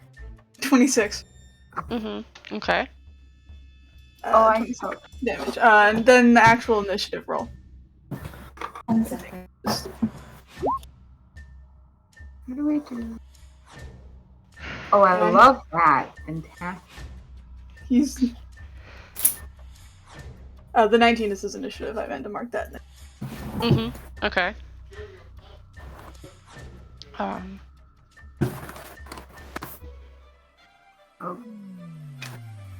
So, is the 26 for both hits? Oh yeah, the 26 is like the total damage. Okay, yeah, okay, cool. I got 8 damage on, like, I rolled it's a d10 die, and I rolled an 8 and a 10, and both are +4 with his mod, so 26 total damage. Okay. And then 19 on initiative. Okay. Which I think ties with her, but I'm assuming she has a better dex mod. Yeah, she has a better dex mod. Yep. So she before he does. Turn. You've got 19.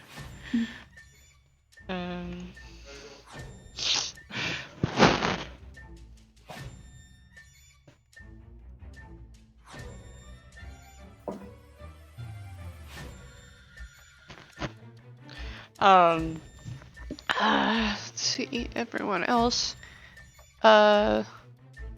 Ducky's is 15.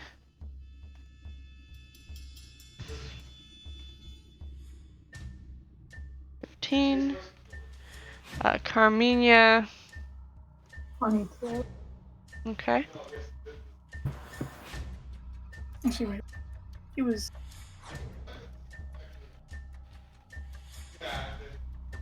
Does he have this? Yeah, okay. That does.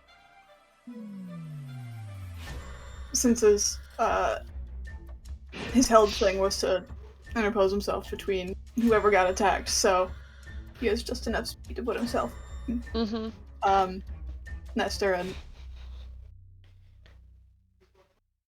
Phlox got 9.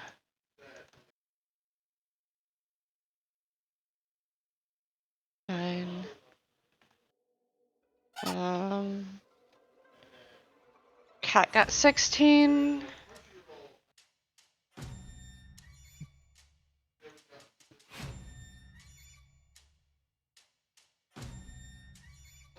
Defending. Is that everyone? 3, 5, 6. Yep, that's everyone. Okay, cool.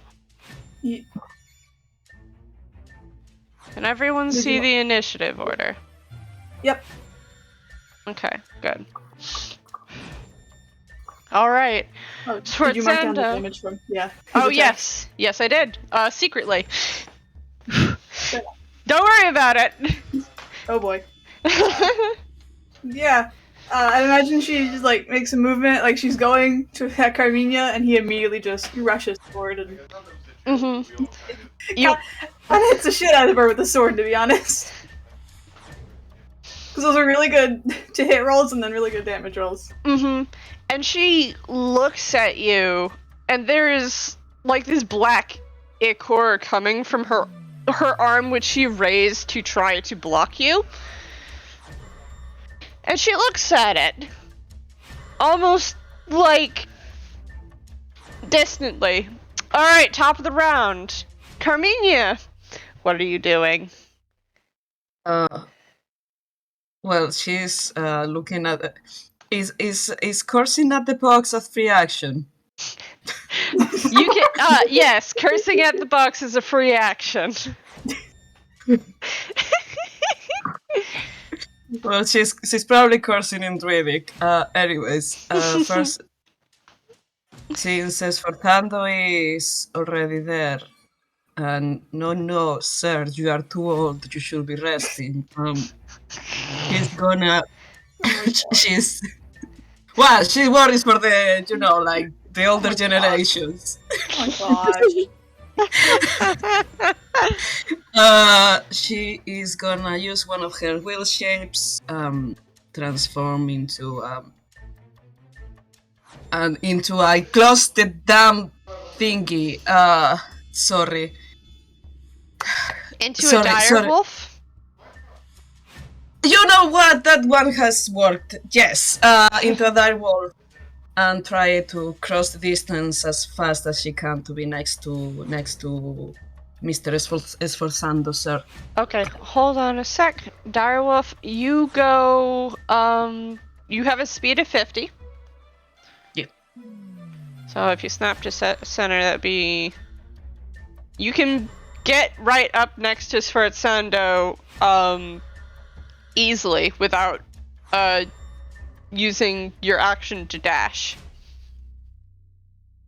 See? I do that, yes. Okay, move your token. Move your token. Delete, Patrick, delete.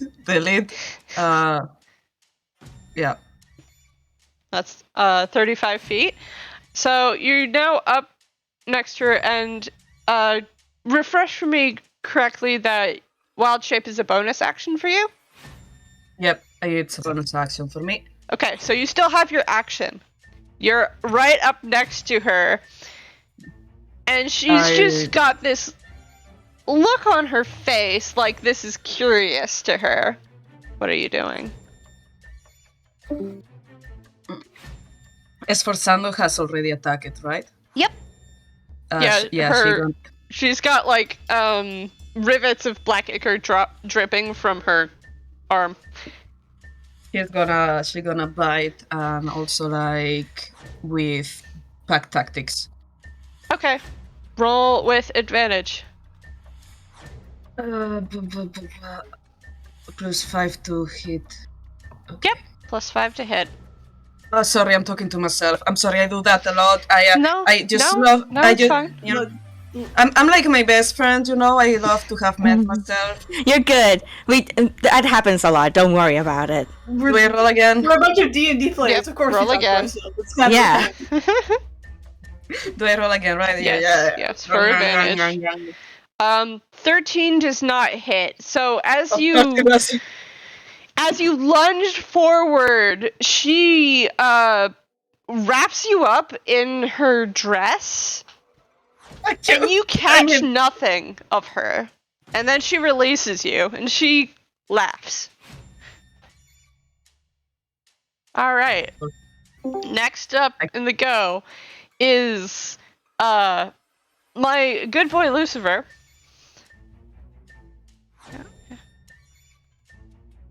Ah, yes. I know why I can't select. There we go. Alright. He is going to move. Where is he going to move?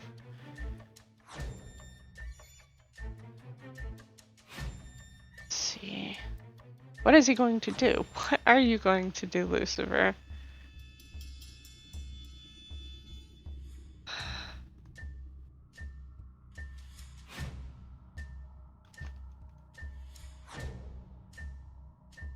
$10 feet.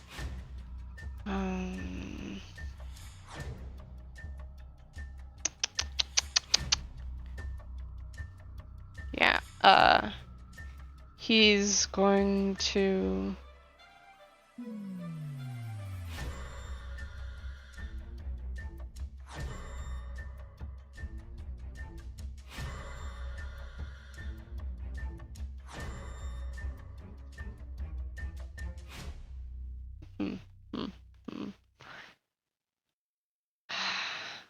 Sorry, I'm just thinking. No, it's fine. Shadow Blade is a bonus action.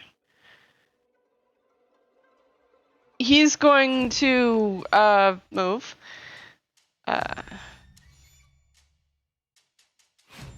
Over here. And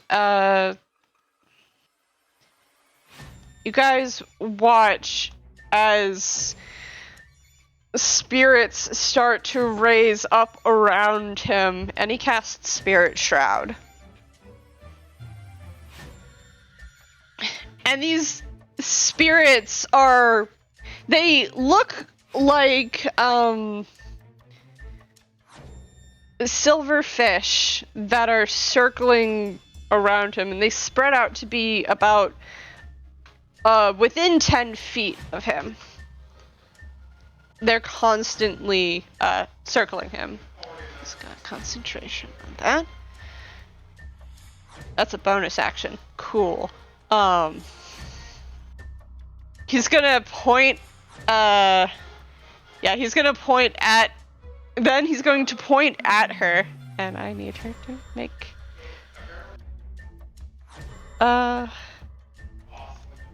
wisdom saving throw. And everyone hears a bong, bong, bong. Let's see. What is her wisdom saving throw?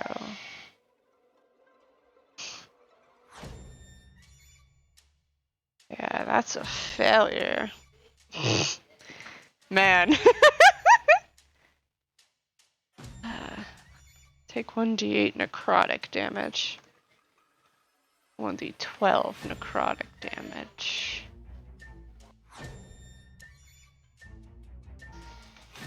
Oh. I have a question. I forgot to check this. What kind of damage was that, Jazz? Should have been slashing because it's a longsword. Okay, that's a non-magical weapon and it's not silvered, right? His is not, no. Okay. So, actually, that's... Would have been half to 13. Mm-hmm.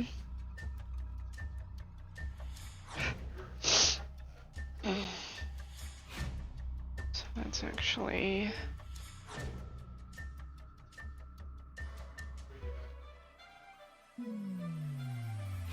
Okay. Yep. And you didn't hit anyways. Okay. Cool. 1d12.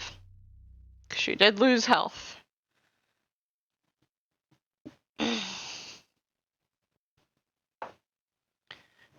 Oof. 3.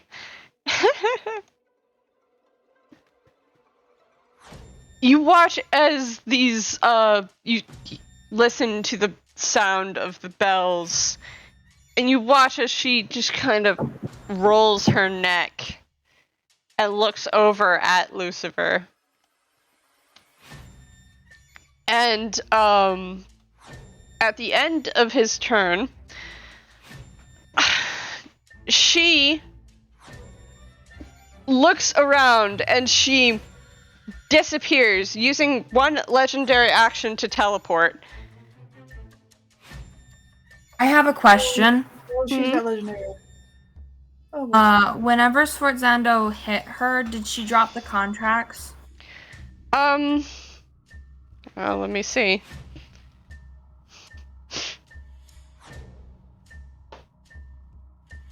No, she's still holding them. Okay. Yep, she has legendary actions. I gotta ask, is what she's doing to teleport, is it like a spell or a different action? It's a legendary action. The legendary action is that she teleports up to 120 feet. Oh, alright. Anywhere she can see. So she teleports over here. Asking for opportunity attack reasons. Mm-hmm. And But if you said she... to teleport, Yeah. And that's that concludes her legendary action, and now it is her turn. And she turns around and places the contracts down before turning back to all of you and going, I don't have the mod on, hold on. I was being so nice to you, and this is how you repay me. After you come into my home and start asking me questions. And she raises her arms. And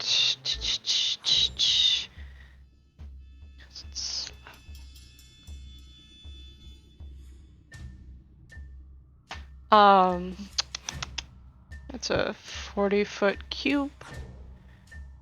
Okay. Of course, everyone is range.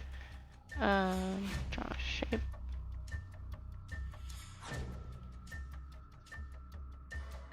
5, 10, 15, 20, 25, 40.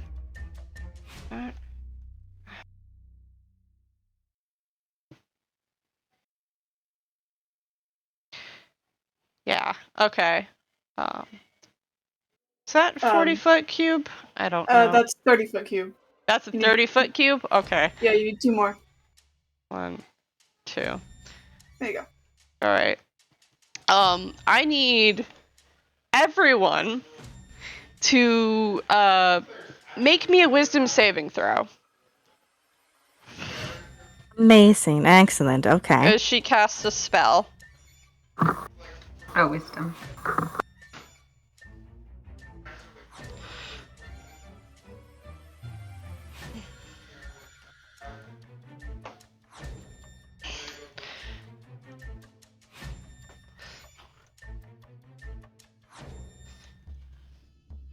Dice Parser is being really mean to all of us.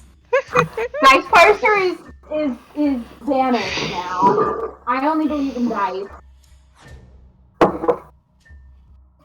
16. I didn't do that right. Oof. We do not have. Unfortunately, everyone except for Cat is now under the effects of a slow spell. Oh, that sucks. So what that means, I'll put it into the chat for everyone to see. If I can find, there we go.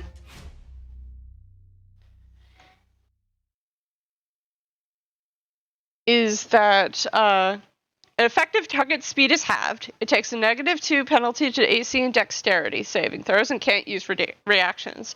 On its turn, it can either use an action or a bonus, not both. Regardless of the creature's abilities or magical items, it can't make more than 1 melee or ranged attack during its turn. If you attempt to cast a spell with a casting time of 1 action, roll d20. On 11 or higher, the spell doesn't take effect until the creature's next turn, and the creature must use its action on that turn to complete the spell. If it can't, the spell is wasted. At the end of each of your turns, you can remake the wisdom saving throw. So Cat is the only one not affected by this.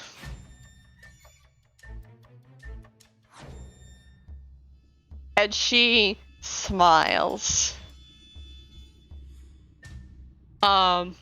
It's your turn, Sforzando. Because of the speed halving, he can't really get close. So, he would probably, I don't think it would take his action to, like, sheathe the sword and pull out the violin, would it? Nope. Yeah, okay, so he does that. Because of the slow, I think, let me look at the spells real fast. Yeah, I think his, best bet at the moment is to just, who's moving? Yeah, he'll, give Cat an inspiration die as his bonus action. And Okay. I'll leave it at that okay. because slow is action or bonus action, not both. Mm-hmm. Sweet. Yep. So make a wisdom save because it is now the end of your turn. End of turn. And also, what does the inspiration point look like? See, it's a D8 at the moment. Mhm. 2, 1.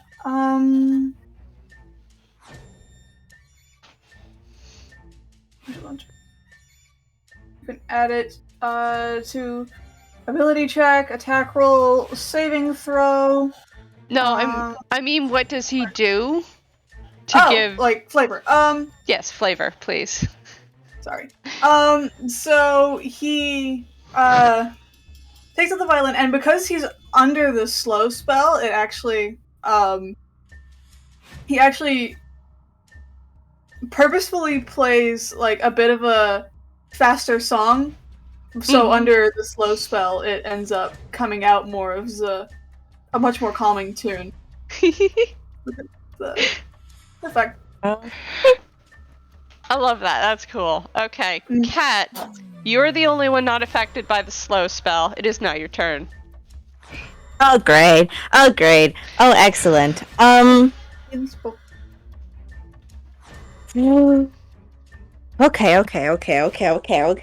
Okay.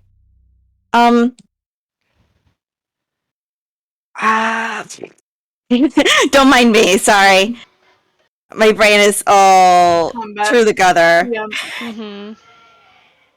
Because I got spells, I need to think. Okay. I got spells in wild shape and also a very special kind of wild shape. Not wild shape, yeah, wild shape.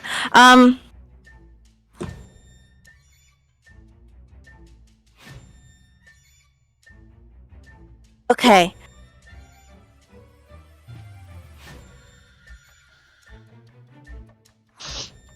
Fuck. My brain is just trying to read everything that I got in my notes and such, and trying to see what we can do and such. I just forgot about that one. That's okay. I can do that for next time. Cat is going to. Yes. First off, Cat's gonna breathe out and say, "We did not want this to end like a fight, but."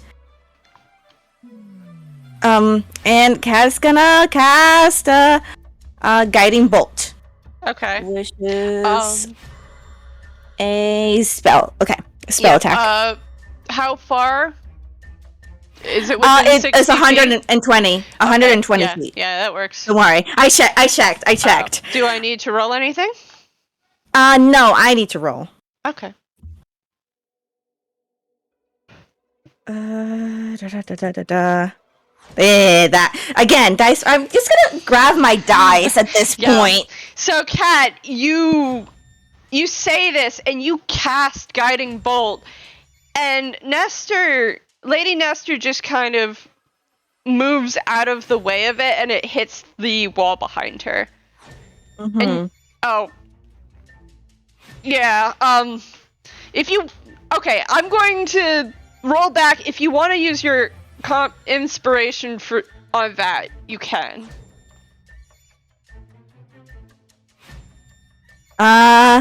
What a D. Shh. Oh, You know what? Okay. I don't think it works on a spell attack roll. Yeah. But it's an attack. Attack roll, would that consider spell? Yes, because it's an attack. It's an attack roll. Oh, it says any attack roll. Yeah. Yes. Okay. I wasn't sure about that one. Plus a 7, so that will be 20. So here's what I'm gonna do. Lady Nestor rolls out of the way, and it looks like it's gonna hit the wall, but you kind of move your hand, and the guiding bolt moves and hits her in the side. Roll your damage. Okay, that's good. That's good, right? That's good. That's a 20, and that hits. Mm-hmm. That's 16 radiant damage. Okay. And anybody who attacks her gets an advantage for the next turn. This turn, basically. Roll her concentration.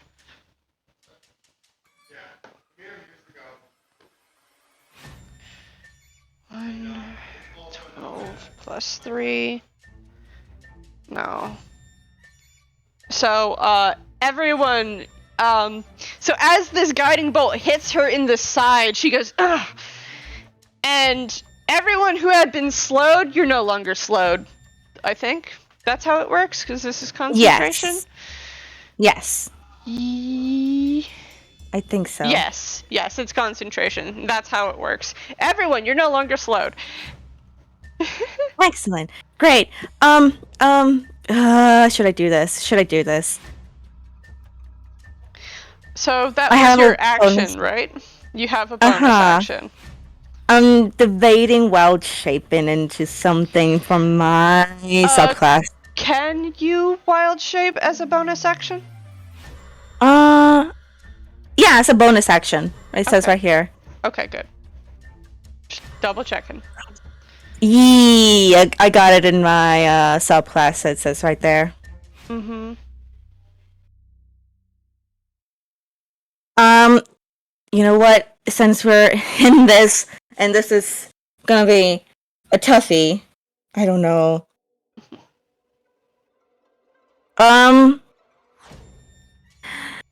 Cat's gonna breathe out. I got 2 wild shape. This is fine. Cat's gonna breathe out, and his form starts kind of turning a bit into the night sky. Mm-hmm. And you can see some stars shining brighter, and Cat wild shape into the Archer constellation. Cool. Oh my god. Let me just put this in. I can't do anything from it, but this is what it is. Mm-hmm. Constellation of an Archer appears on you. When you activate this form, and as a bonus action on your subsequent turns while asked, you can make a ranged spell attack, hurling a luminous arrow that targets one creature within 60 feet. On a hit, the attack deals radiant damage equal to 1d8 plus your wisdom modifier. Okay. Mm-hmm. Alright, and that's your whole turn? Yes. Okay. Ducky, it's your turn. What are you doing? Okay, so the slow is gone, correct? Yes. Okay. I have so many plans going on right now. Going to this will be I have papers everywhere right now. Hammer space. Not yet. Fumble space. So one reach into your hammer space is a bonus action. It's a free action.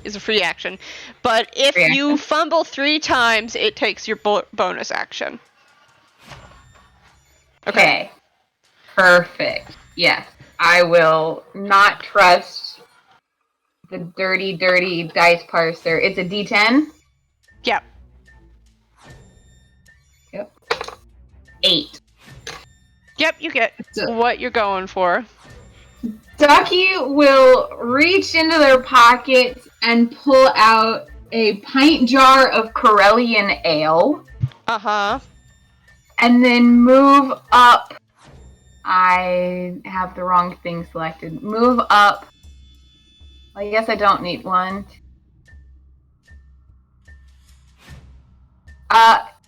That's as far as you'll get with regular movement. Can Ducky get to the left of Sforzando? Yes. Okay, Ducky would like to move basically here. Okay, yeah. And Ducky... Move. Yes, there you go. Okay, perfect. I think there was a little bit of delay there. Mm-hmm. It's being a little... There it is. Okay. Ducky will action this and huck the Corellian ale at the fire. Okay, Roll me a ranged weapon attack. You are not proficient, correct? So this would be considered an improvised weapon. You are not proficient with improvised weapons, are you? I don't believe so. I think that's a monk thing more than a Ducky thing. Yeah. That's a feat you can take. But you're not proficient, so just make an attack and add your you're trying to lob this, right? Yeah, the goal is to get the ale in the fire. Okay, so add your dex modifier. Okay. And that's it, because you're not proficient.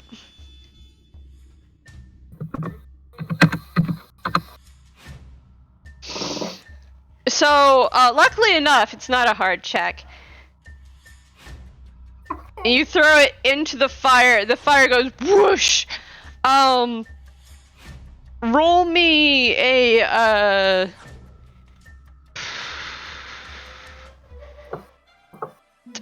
I don't know, D8? D8, okay. Mm-hmm. 6. 6? Okay. Yeah. Much to your, so it blows into her face, and much to your, probably disappointment, she doesn't look as singed as you expected her to be. Okay. Okay. But she did seem to take damage from that. She took damage, yes.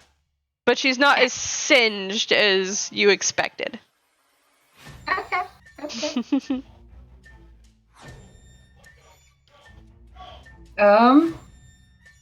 Is that your whole turn? That was your action. That was the action. Would it be possible, you said 3 take up bonus, right? 3 fumbles? Yep, 3 fumbles take up a bonus, but if you're going to pull again from your hammer space, I'll say that takes up your bonus too. Okay. I'm debating. Give me a half a second. I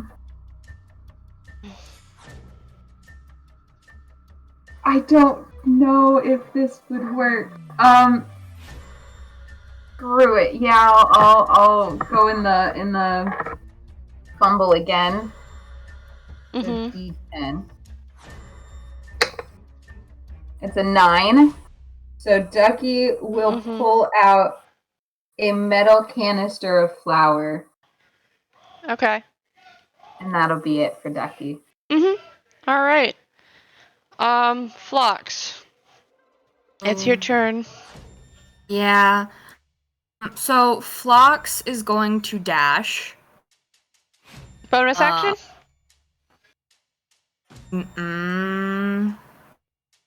As an action. As an action? As an action. Okay. Phlox is going to dash 60 feet. Uh-huh. Up next to Lady Nestor, and they're going to pick up the contract stacks. Okay, that's all you can do. I don't have a bonus action? So to allow you to do that, to dash, use your action, pick up the contracts picking up the contracts would be your bonus action, and then you'd have that's all your whole round. Okay. To allow you to do that.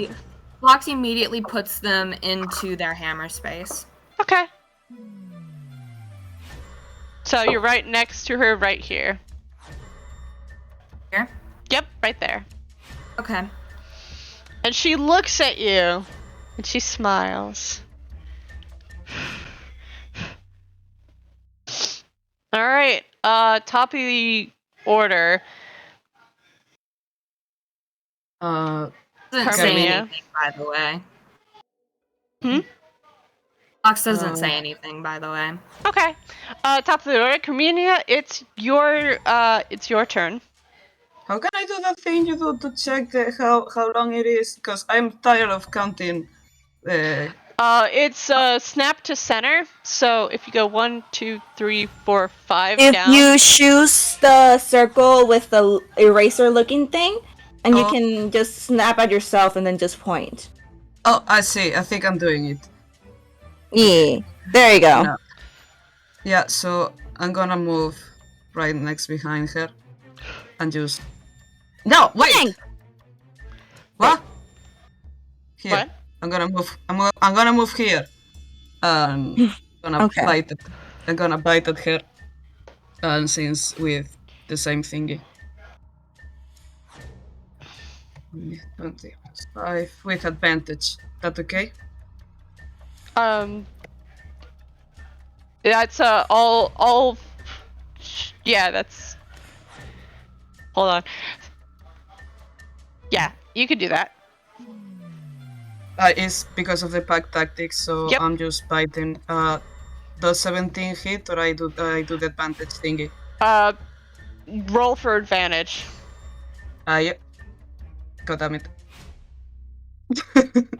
That's an 18.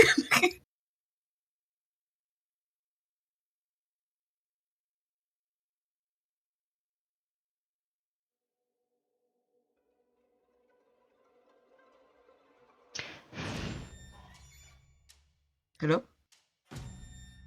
Nope. Sorry. So you rush forward and you bite at her, and she just kind of steps up out of your way. You miss. An 18 doesn't hit. What the absolute? 18 does not hit. Wow! Alright, that was your movement. That was your action. Yeah, You still have a little more movement, I believe, and a bonus action. Are you doing anything?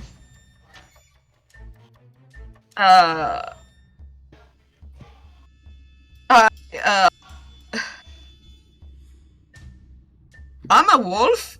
Yes, you are a wolf. What So, are you doing?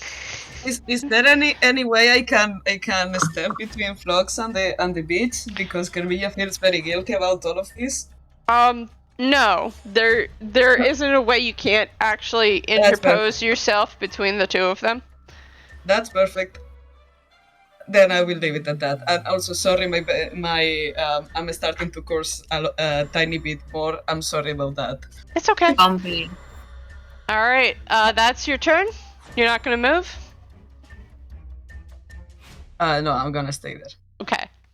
It is now, Lucifer's turn, and you guys hear behind you footsteps, heavy, as they come up the, passageway you came through. And Kat, if you look behind you, you can see, what appears to be a very large baby. Oh. Okay. Mm-hmm. Who, apparently up until this moment had been sneaking around behind you. Mm-hmm.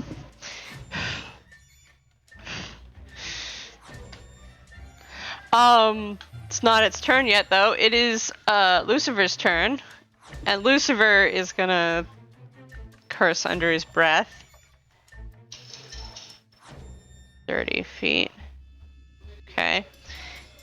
He's gonna walk up to about here.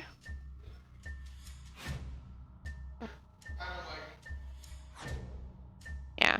He's gonna walk up to about here. And he's going to, step. Actually, let's try to. Yeah. Actually, he's going to about here. And step, right, into the fire. Lucifer, please. I think. Yeah, he has to. Take a D4 fire damage. Oof. Lucifer, you're squishy!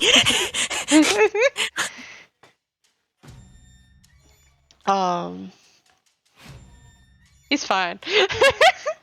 That's... And he's going to...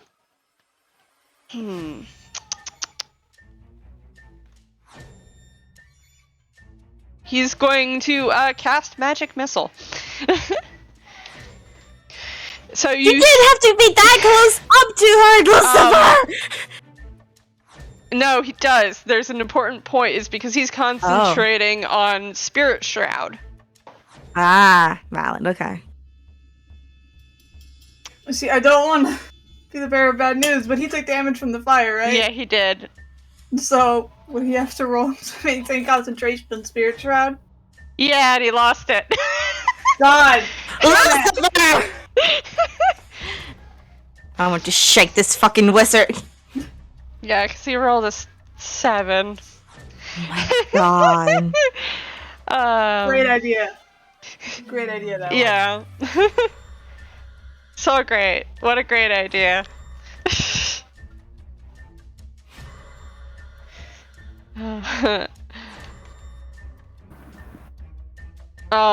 Yeah, I'm just gonna... Made that choice. We already made that choice.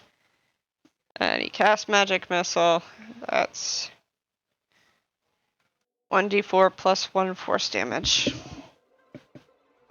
for each of them.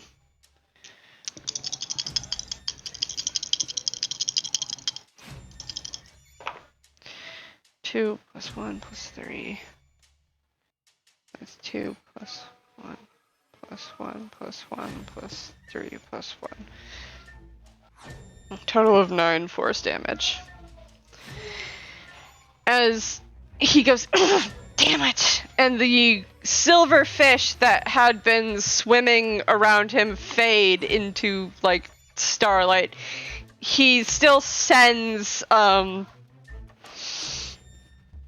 3 of the magic missiles in at Lady Nestor, and they slam into her all at once.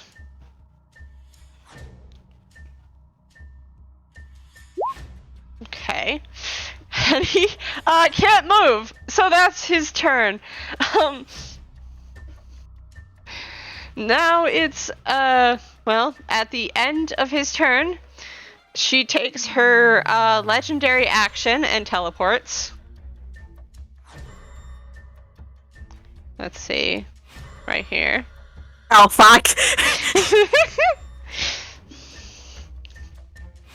And she looks at you, Cat, and she goes... You know, if you really did not want to do this, you could have kept a better leash on your friends. They're not for me to leash. And, Let's see, what is she going to do?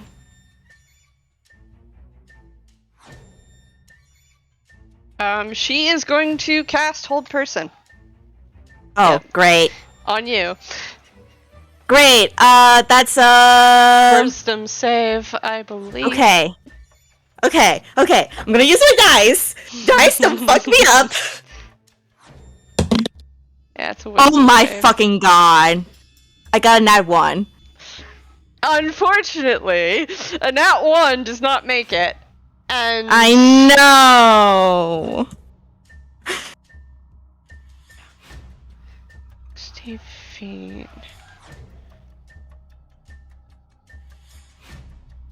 And, Jack, I also need you to make me a wisdom saving throw.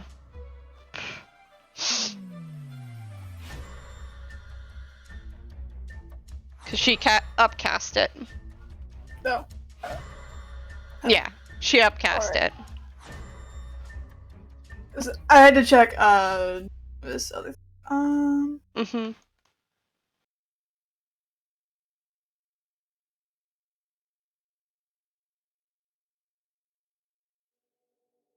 Yeah, no. So, Cat, you feel yourself lock up and you can't move. You're paralyzed. But, Jack, you recognize what this spell is, and you're stronger than this. And you... Isn't his first time. You unlock your muscles, and the spell has no hold over you.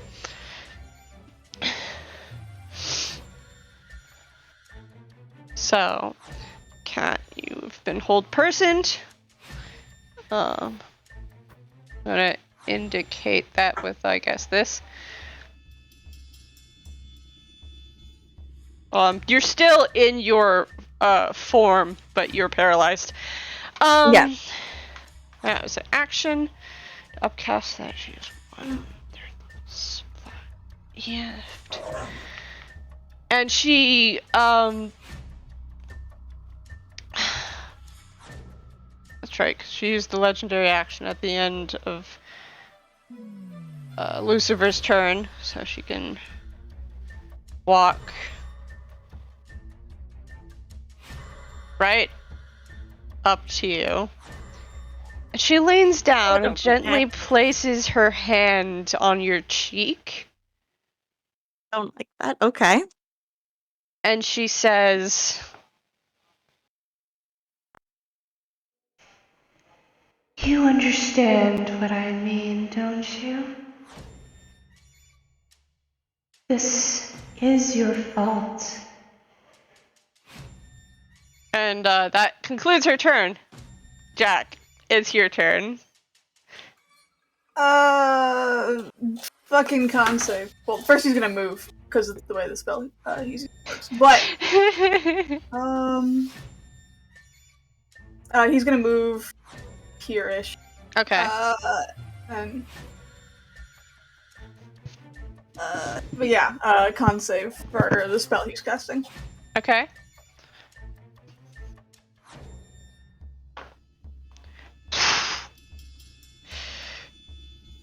That is a 5. Yeah, so that's a fail. Oh, damn.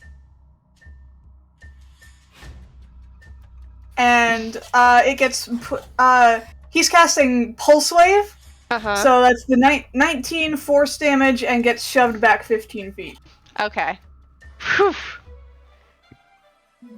Yeah, so she leans down to, like in front of Cat, and he immediately just, she gets rushes pushed over back and, into like, the ball. yeah, just like, like, tears the bow across the strings of his violin and sends her flying back. And she hits against the wall. It doesn't cause her to fall over, but...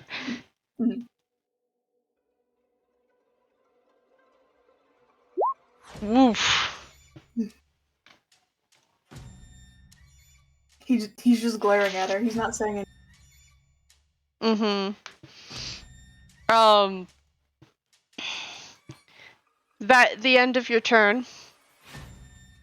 Bonus action. He has another inspiration he could give. Yep. And, oh, the other thing, concentration. Is hold person concentration?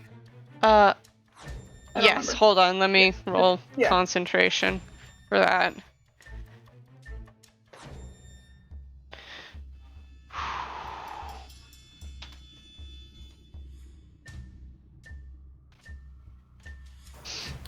Yeah. Basically seeing if he needs to inspiration Cat again or someone else. Yeah, the spell still holds. Yeah, so he'll give another inspiration Cat in case they need. Thanks. In case he needs to save on that. Or the AC bonus, who knows. Yeah. So Cat gets another inspiration. But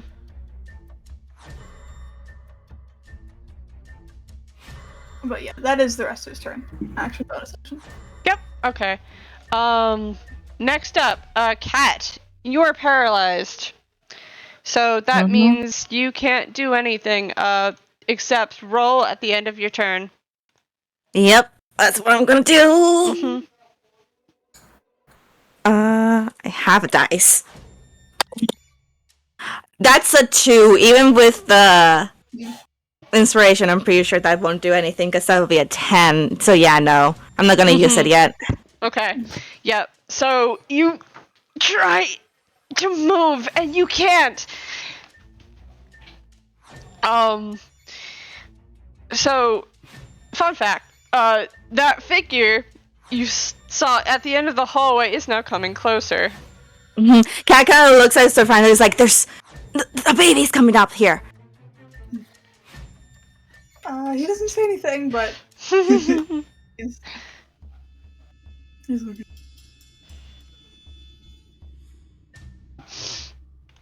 And the really fast. The large child rumbles down the hall and goes, "Lady," and she snaps and looks at him like, "Do not speak another word," and he stops speaking and looks at all of you. Fun fact, this creature's hands, first they, look like what a normal baby's hands like, and then they extend into claws.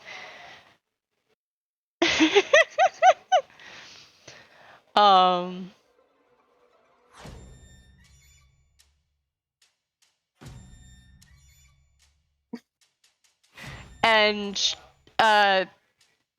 he raises up his clawed hands and magic missile, because they can do that at will, at a cat. Oh, great. So that's 3d4.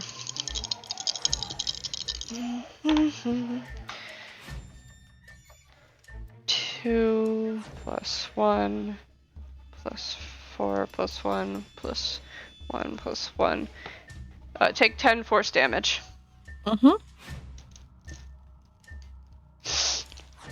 Cat is biting his tongue. Cat is in a position. Ducky, it's your turn now. Yep, I'm looking up spells. Hang on just a second.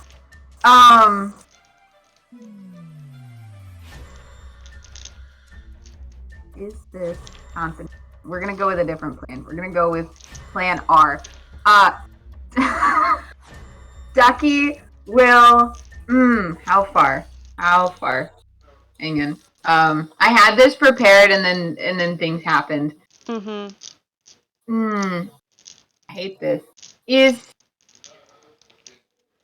Hold person is a spell. Okay. A whole person is concentration, yes. Ducky, 5 feet. So Ducky will move within. Is this? I don't know if it's updated for you. Is this within 5 feet of the lady? Yes. Technically. Yes. You're within 5 feet. You're in melee range. Ducky will point at the lady and say. I'm thinking, I can't. It would be the Mandawa word for sunbeam and cast Word of Radiance. Ooh. So it's a con save. Okay. Yeah.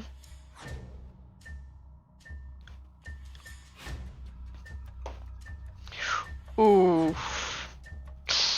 Sorry. No. That's a 22. Okay, you know what? That's fine. Does that constitute that messing with the concentration? No, she has to take damage, and because she saved against it, she did not take damage. Okay. So you point the radiant light at her, and she just straightens her back, and there's a disturbing popping noise. Okay, first of all, mood, but also no. So that's your action. You have one bonus Yep. action, and you can. Yep. I think you can move more. I don't remember where you were. I think I moved 2 or 3. That was a cantrip. Would I be able to? Nope, that's an action. Never mind. You Oh. only have a bonus action.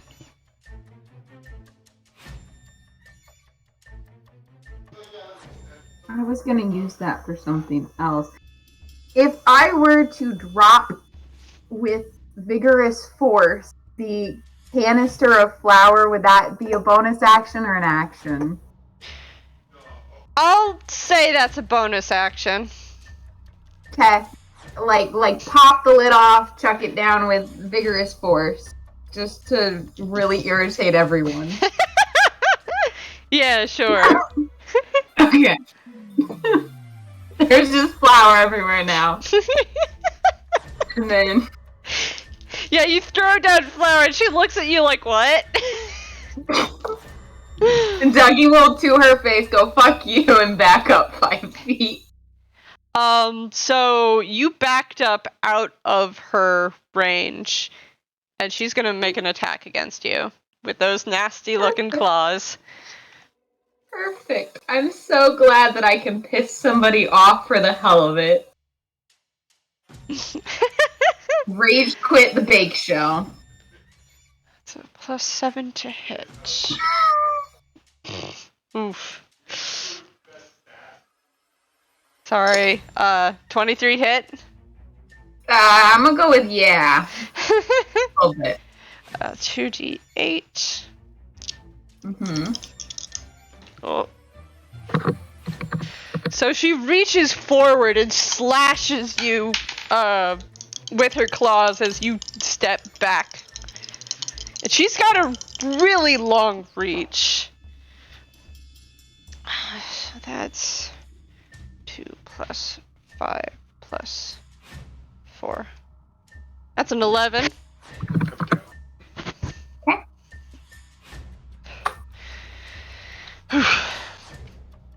Okay, We're doing great. Yeah, that's your whole turn. It's now Phlox's turn. Phlox, what are you going to do?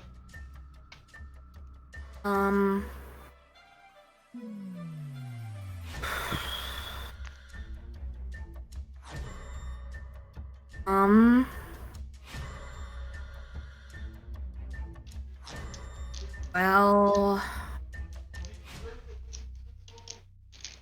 did the case seem like it had more things in it? You're not sure because you were all the way across the room, and you couldn't see when she opened it. Okay. But you did indeed hear the locking mechanism on it. She definitely locked it again after taking the stack of contracts that are now in your hammer space.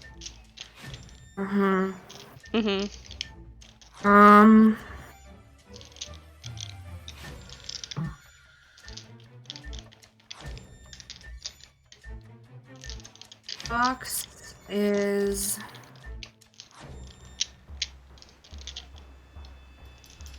going to go over to the wardrobe. And they're going to try and pick the lock. Okay. Roll me a lock picking check. The wardrobe is like this stack right here.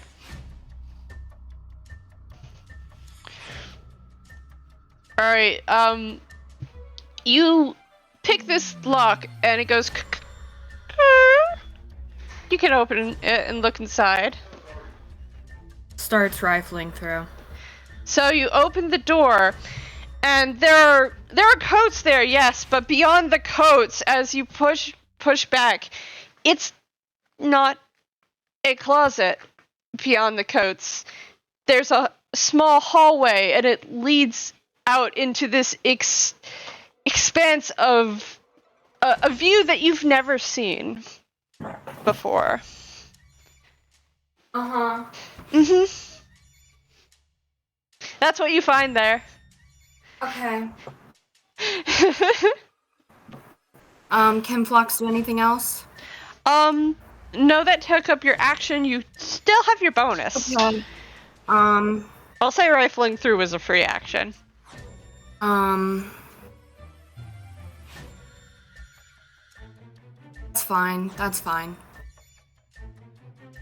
I'll have Phlox roll hammer space.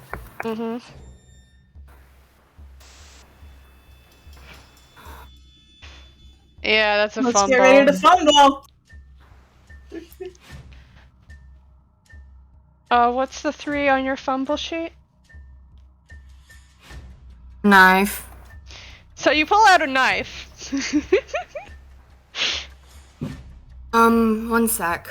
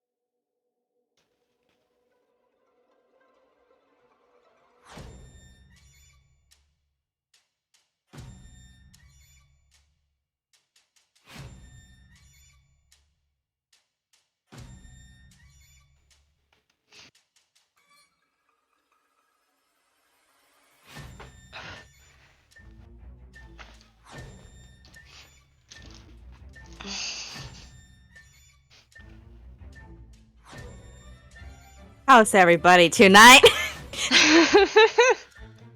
Bonking Blue Jay in the chat.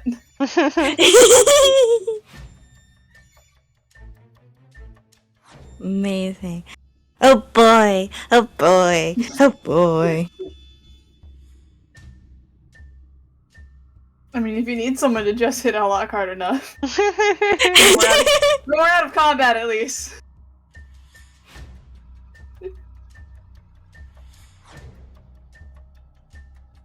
I'm just man.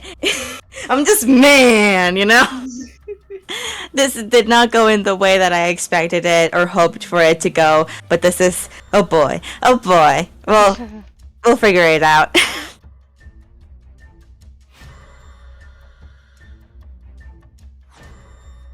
The eternal struggle of I, the player, have an idea, but the character probably wouldn't think of that struggle. Can I ask what the view looks like? The view? Yes. Okay. So as you look out through the wardrobe that is not a wardrobe, the area out there, it looks desolate, and there's dark graying rocks, and it looks windy out there. And as you're watching, a ghostly kind of creature shifts by. I'm gonna have Phlox roll for hammer space again. Okay. Yep. Yeah, you get it. Okay, Phlox is going to pull out their 3 sticks of dynamite that is held together with the silly putty. Oh, damn. Okay. She's going to look over to Lady Nestor. Mm-hmm. And they are going to call out to her and, say, does this go anywhere important? Uh-huh. So she looks at you, and she narrows her eyes.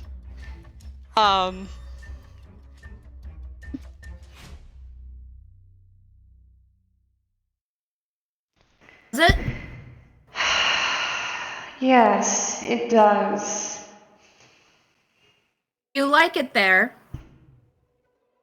I don't know. The market's pretty good there.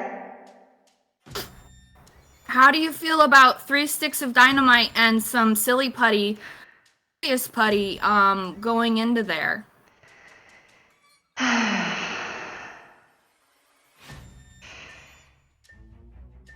I would rather you not. All we want to do is take 2 of your contracts and leave. I'm gonna say that's the end of your turn, but, oh, hold on. I'm gonna say that's the end of your turn. Sorry about that. Not me this time, yeet! Yeah, that was me. I've done this a bunch of times. It's the end of your turn, and she, teleports,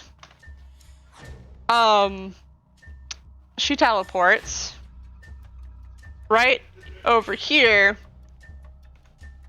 and she stands there, and she's watching you. You're over here, correct? Mm-hmm. Here, let me just... I moved You're right there. wherever the thing is. Mm-hmm. This is the wardrobe. And she's watching you. That was her second legendary action for the round. Carmiña, it's your turn. It's the top of the round. Can I ask one thing to the group, because y'all know I get really lost in these things. Mm-hmm. Do we want whatever it is on the box or not?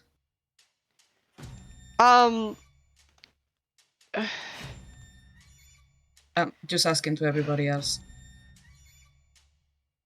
And like her contract chest thing? Yes. I mean,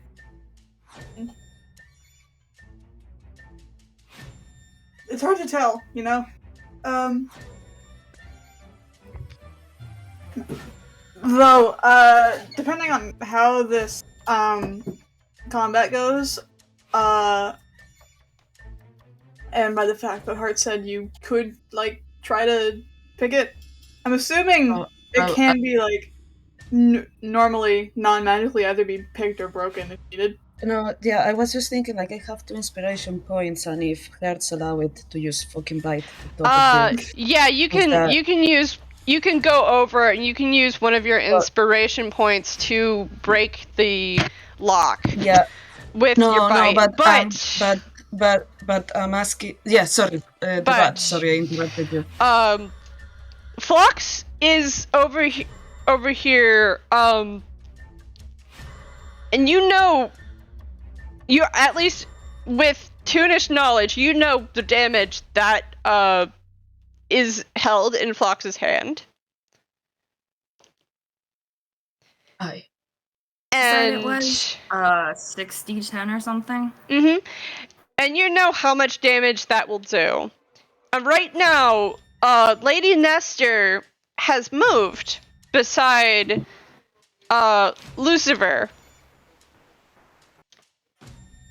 And you know at the very least, this man, Luciver, has injured his ankles falling out of trees. Oh, fuck. So, you have a choice to make. Do you want to try to break the box? Or do you want to do something else? And it seems like Phlox is trying to get more of a conversation going rather than attacking Lady Nestor again. Okay. Don't forget you can also ready stuff if you need to. Mm-hmm. You want to wait and see where Phlox's shit goes. Could I add to the inspiration point to add a little bit of intimidation to Phlox's argument? Yes.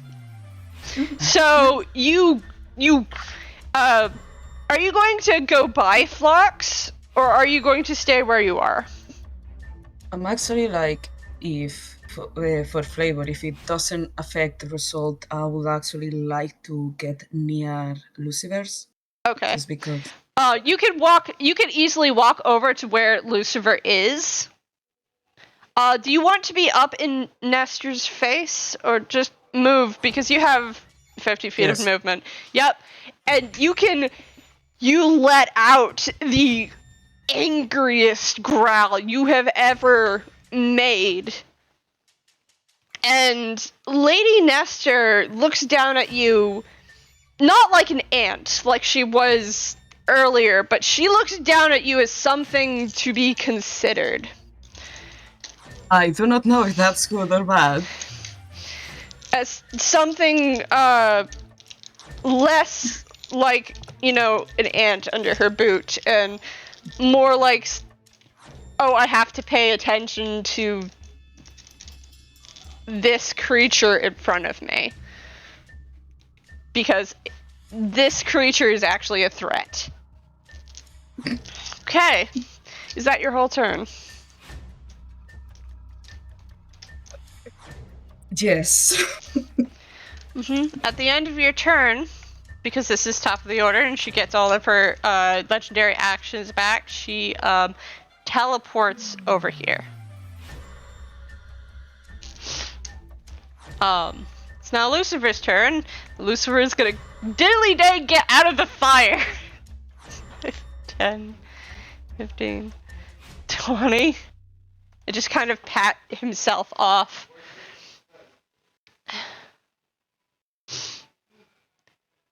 And he's going to look at Phlox and then look at Lady Nestor, and he's going to hold up his hands, but he's not going to do anything. So he's going to ready in action to cast something if she does anything hinky.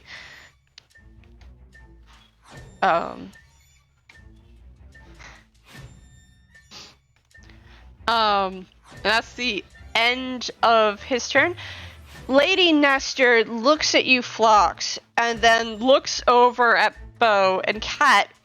You feel your control come back. You feel control come back to you as the hold spell is released.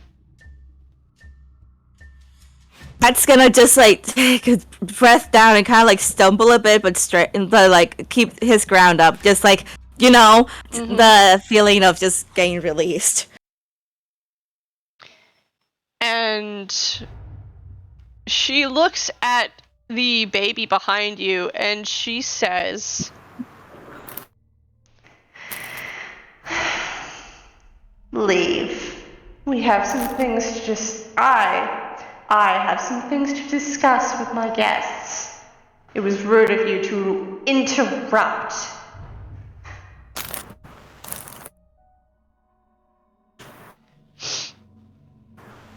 Now,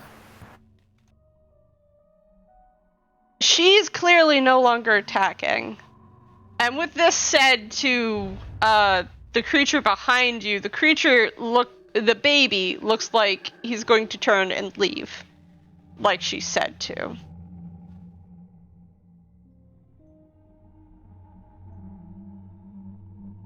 Sforzando, what do you do? I mean, if the baby is going to leave, he'll probably just let it.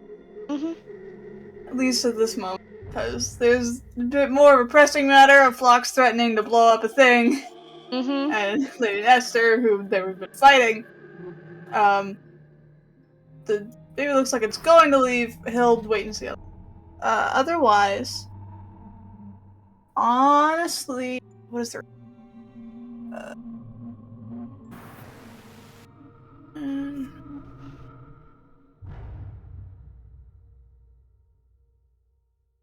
Ruler. How do y'all get the ruler to show up in Roll20? Fucking, I need to check range. It's the fourth one down on the bar on the left. Yeah. It's like a circle with a ruler. Okay, there we go. Yeah. So at the moment, he will probably, say what, Chillery is at the moment and ready shatter in Mm-hmm. case she starts attacking. Mm-hmm. Cat, you've been released from your hold spell. What are you doing? Is going to just relax. He's not dropping the wild shape of the starry form, but he is gonna try and attempt to get closer since we seem to be in more talking terms and just hold on. I think just walk next to Lucifer. Okay. Lucifer's just gonna glance at you. Cat is not glancing back, but it's just there. I'll be honest. I meant to say, will the ready shatter also work if Bo tries to attack us as well? Yes. Okay. Clarifying. Is that your whole turn?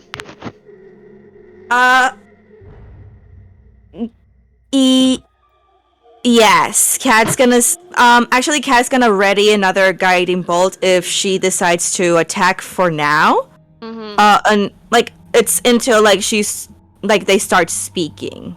And when Cat's gonna just very obviously just dismiss the spell. It comes to the baby's turn. The baby leaves. Goes back down the hallway. I mean, he makes some grumbly noises, but he goes back down the hallway.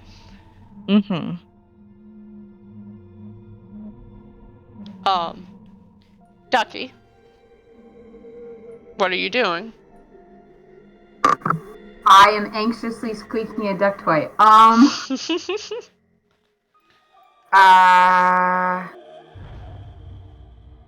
If you... Oh, it's a thing. I misread the page. If you ready a spell, it's lost. Okay, that's a cantrip. Yeah.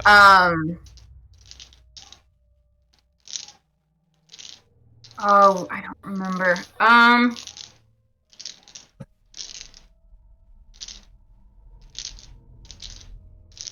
Script. Ducky will reach into the fumble space.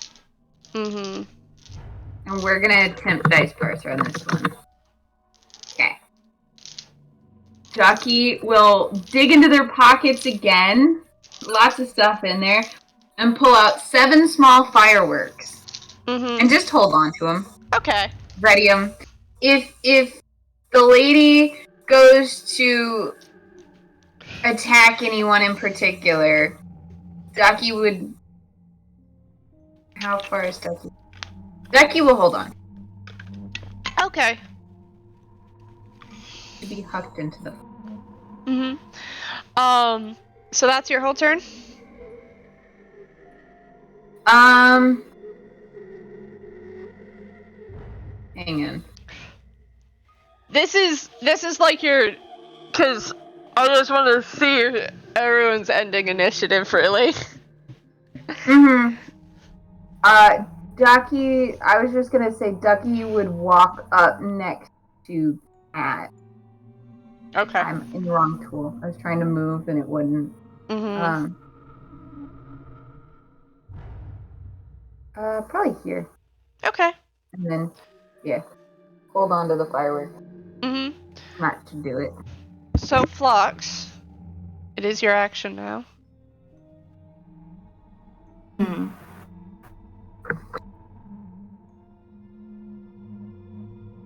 She is looking at you expectantly, because you have gotten her attention.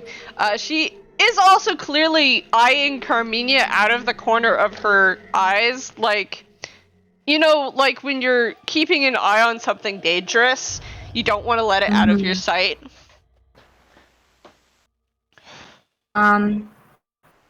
So for anyone who is looking at Phlox, Phlox looks dead serious. They look like they're willing to walk that bundle of dynamite and serious putty into the wardrobe themselves.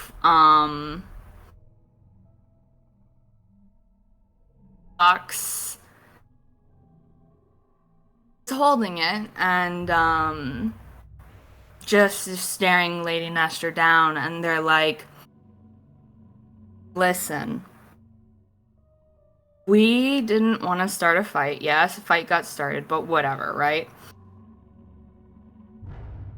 We didn't even want to really super come here in the first place and cause trouble. But all that's happened since we've got here is you guys have caused trouble and lied and cheated and done all this whatever, because I get it. Some of it's intrinsic to your nature, etc., etc., etc. You should really find better outlets for that sort of thing. But also, we've been willing to negotiate and try our best and be polite and respect your rules. But you guys don't bother trying to respect ours, and then you get surprised and annoyed and upset whenever we get a little extreme. I was following your rules until your shapeshifter friend there decided to try to break into my personal case. Listen, bud. I have traveled star systems and seen planets and done a whole lot of dumb things. And we're out of initiative, by the way. And Because, yeah. And I have had it up to here with your terrestrial bullcrap. And your interplanar bullcrap, too, I'll have you know.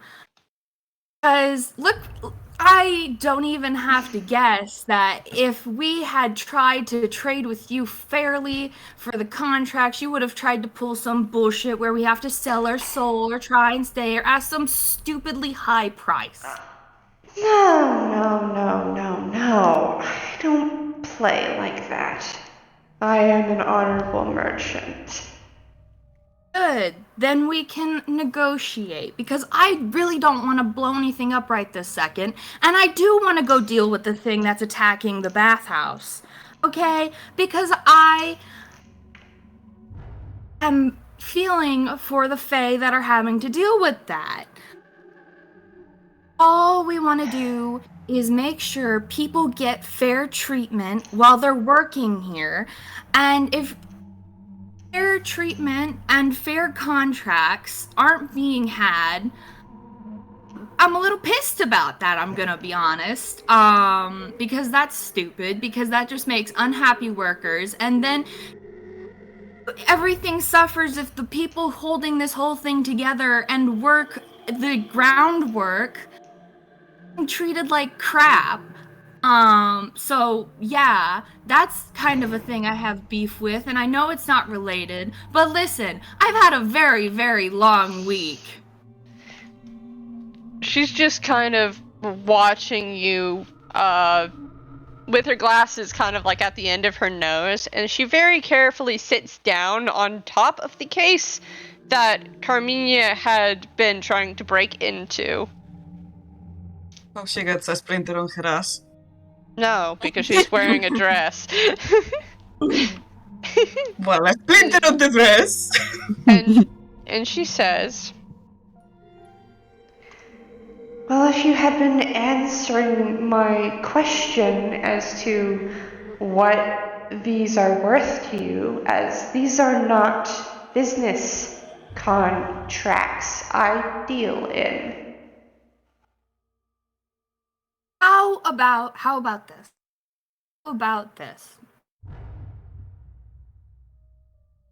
How about we start over, and as two equals who aren't going to try and screw each other over, we negotiate and we make sure that everything is kept fair, and we can walk away from this with the apologizing equal grounds for trying to beat the shit out of each other and all of the everything that's happened. while we've been in here, the whole time I have been very genuine and trying to work with you.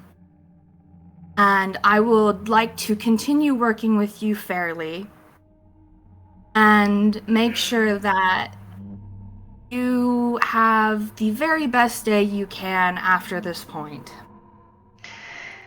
Come sit by the fire then.